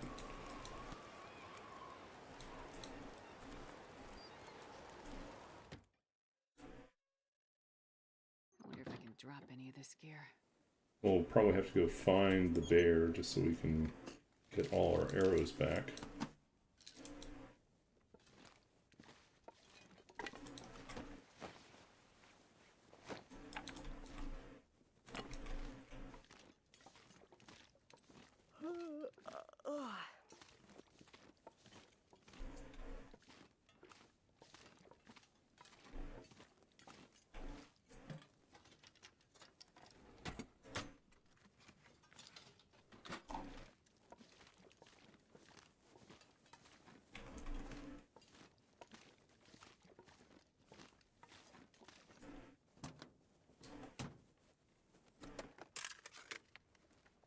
Well, this stuff will come in handy. There's some more food.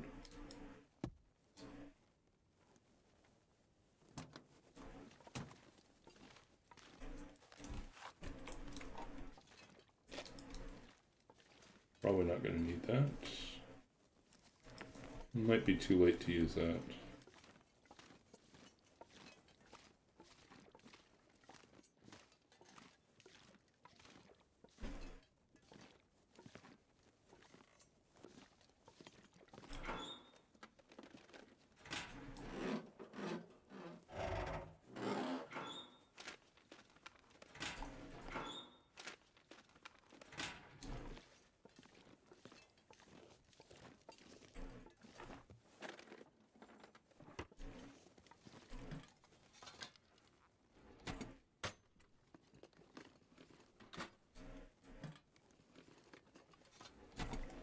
Yeah, the cougar and the moose do not hunt each other. The wolves hunt deer, but they don't hunt the moose.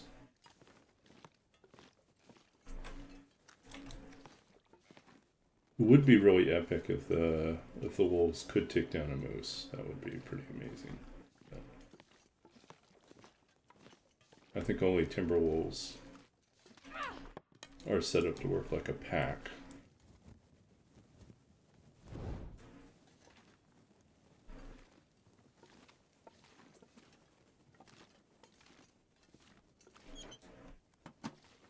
Okay, I think we got everything.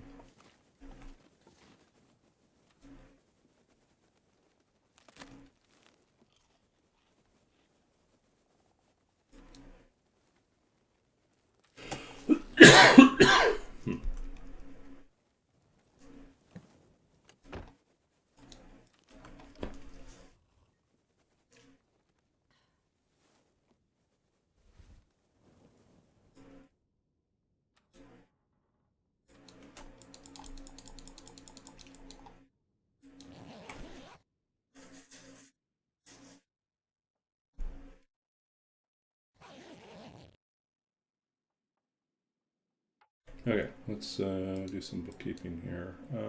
So this is now bear number 4, which is 25 points, which puts us at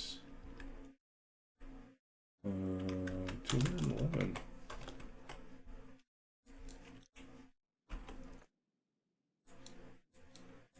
$35.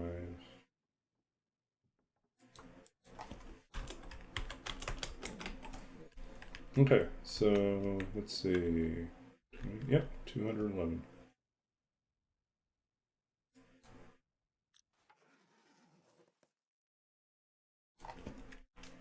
And I think we're going to wrap up here because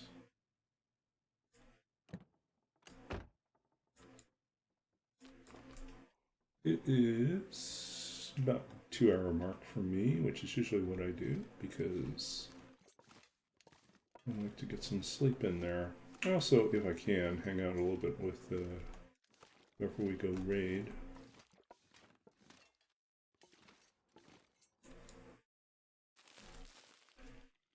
But we'll read some poetry right here at the end. Okay, so let's exit and re-enter. And this pack is getting kind of heavy. Okay, our work to do this time. Yeah, we didn't find the 2 deer we shot last time, but let's do this time. To do, find, bear, and I think 4 arrows. We wasted a lot on that. Totally unnecessary. Okay. Okay, so let's read a poem from a friend.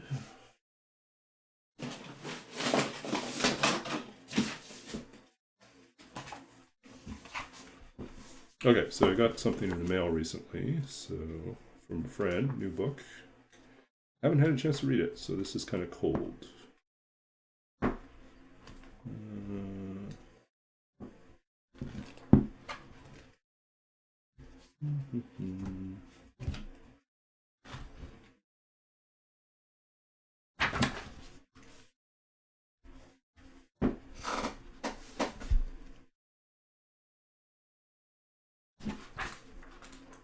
Let's see if there's something that will work here.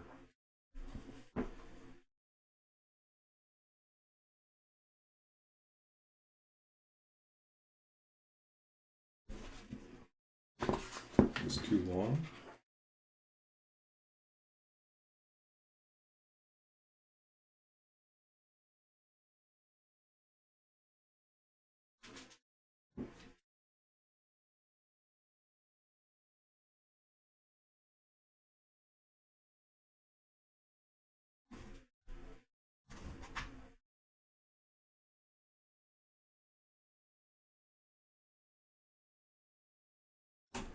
Okay. This is the title poem. This is from Michelle Penaloza. See if we can get a good view of this. All the words I can remember are poems. This is the title poem, which is called All the Words I Can Remember Are Poems. Now, I'm going to do my best, but these words are all from Tagalog, and I am not Filipino, nor have I learned Tagalog, so we will struggle through it. All the words I can remember are poems. Anak, like a sigh born every day. Ilang, led by scent and know-how. Tanong, asking questions about the world. Saya, like how dance that comes from joy. Sayang, sayao, like how dance that comes from joy. Sayang, can sway so close to sorrow.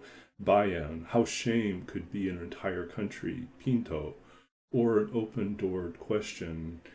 Kailangang, needing, needful, and needless. Ilal, illuminating a path. Ika, to you, little bit of me, almost. Dito, will you appear here? Dun, are you still there, perhaps, maybe? Dahan, I hear you in the leaves. Darating, rippling in the wind, always arriving. Okay, so that was Michelle Penaloza. All the words I can remember are poems. And then we're going to read something else. We will summon up our poem chooser to see if it inspires us. Otherwise, we will pick something else after I really need to publish some more stuff so that I feel like I know a lot of people are new in this channel and probably haven't heard these poems. I just feel like I read them all the time. So, but we'll do it. Okay. This is entitled After. This is from what's probably my third manuscript of poetry. After. I don't recall what we did that summer, other than carry ourselves from place to place with the memory of my father rattling about in my heart grown empty, like an old house forgotten in the prairie, just a shell exposed to the wind and storms. We crossed the plains again, the car a swiftly hurtling silence, my mother staring at the emptied road, her eyes scanning for a rogue deer. I could only see the ghostly drifts of snow, not snow, just heat and vapor, the barely visible, the never was or already gone. At the heart of the trip, there's a long stretch of open nothing, a sigh of sorts. But my body does now, even years later, there's only words, only the wind and the sun and the fields, only the towns on the verge of forgetting everything. My mother says nothing here. I say nothing as well. We lay our nothings side by side. We stare into the blankness. I think of my father. I think of his grave, of the earth, of the body vanished into flame, of the dust and ash, of the way language is a vapor, memory an evaporation, or perhaps only a sublimation. How we don't see it happen, that final shift of states, the way words become shuttered cities or ghosts or just the shadows burned into surfaces. After the world ends in brilliant light, how in the perfect darkness, fish move, sightless, their hearts still beating. So the poem's written, this is kind of me revisiting the experience of my mother and I after my father had passed away. And we'd had the funeral when he was cremated. We had the funeral. And then a few months later, we drove from Penticton, BC, back to Saskatchewan, back to Regina, Saskatchewan, where my parents had spent a long time before they had moved to Penticton, which was my father's hometown. So he'd been away for most of his life, retired, moved back to his hometown, and then had gotten sick and had ALS, Lou Gehrig's disease, and so had this very rapid decline, and we lost him at the end of about 8 months. Anyways, that summer, so he passed away in April, and then that summer, like June or July, my mother and I went on a road trip, and we went back to Saskatchewan. And I'd written about that, in the months following, my father's death. I had written about that experience. And then many years later, I kind of went back and I decided to write about, kind of again re-enter that space and try to write about it in a different way.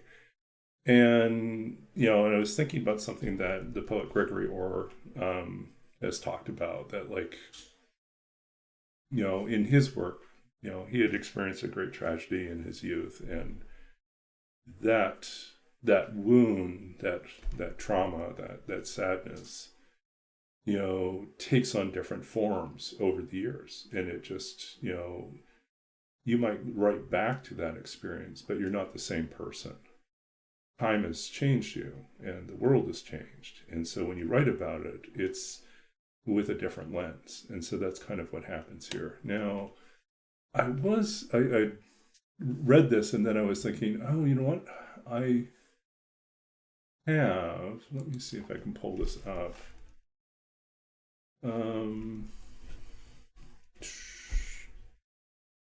Trying to think where it is located right now. For a class, part of my library program, we did like a digital document design and slides, and other type of things, learned how to do, use design approaches to coming up with better presentations. But we had this option to create something, and I decided to turn that poem into sort of like a slide presentation, but more like art. See if I can pull that up here. And that's the SQL class. That's the design class. This is the other design class. Okay.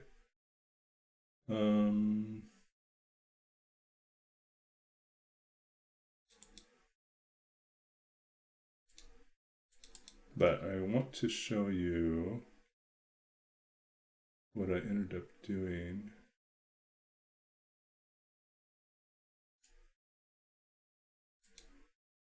See if I can pull this up. I have a video version of it.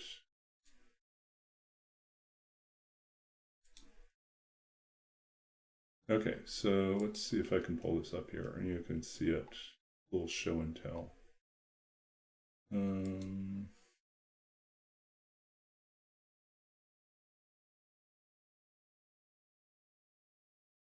Window capture. We'll do it that way.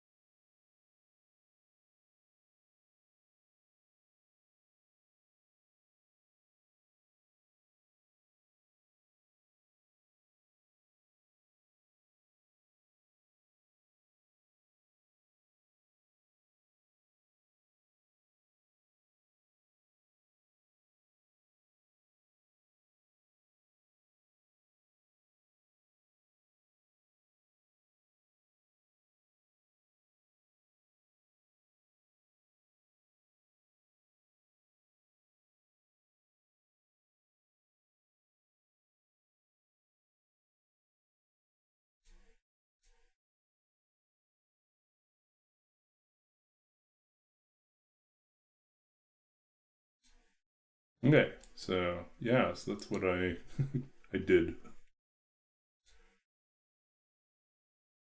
Okay, so that was kind of the animation I made out of that. And so it's very simple, right? Just like trying to figure out how to use font, color, or gradation, like different shades of gray, and geometric shapes to tell a story.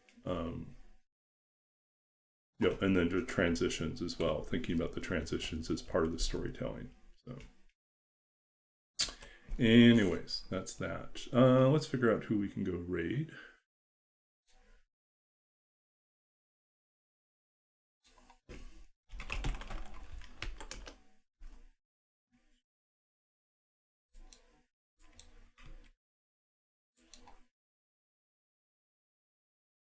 Who's up there? We don't even recognize most of these people.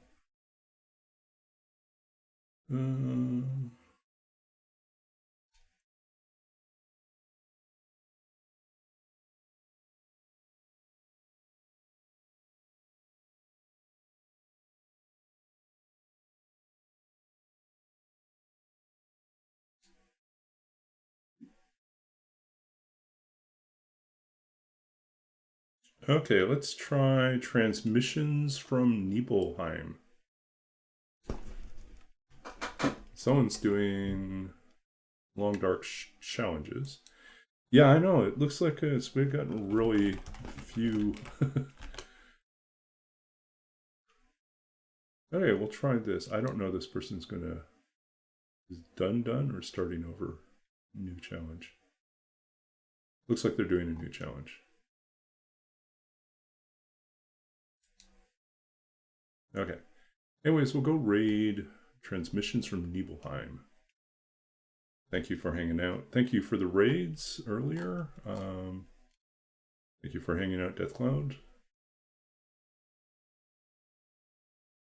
Take care, everyone. We'll be back again. Back again Tuesday. Most likely. Maybe tomorrow, but most likely Tuesday.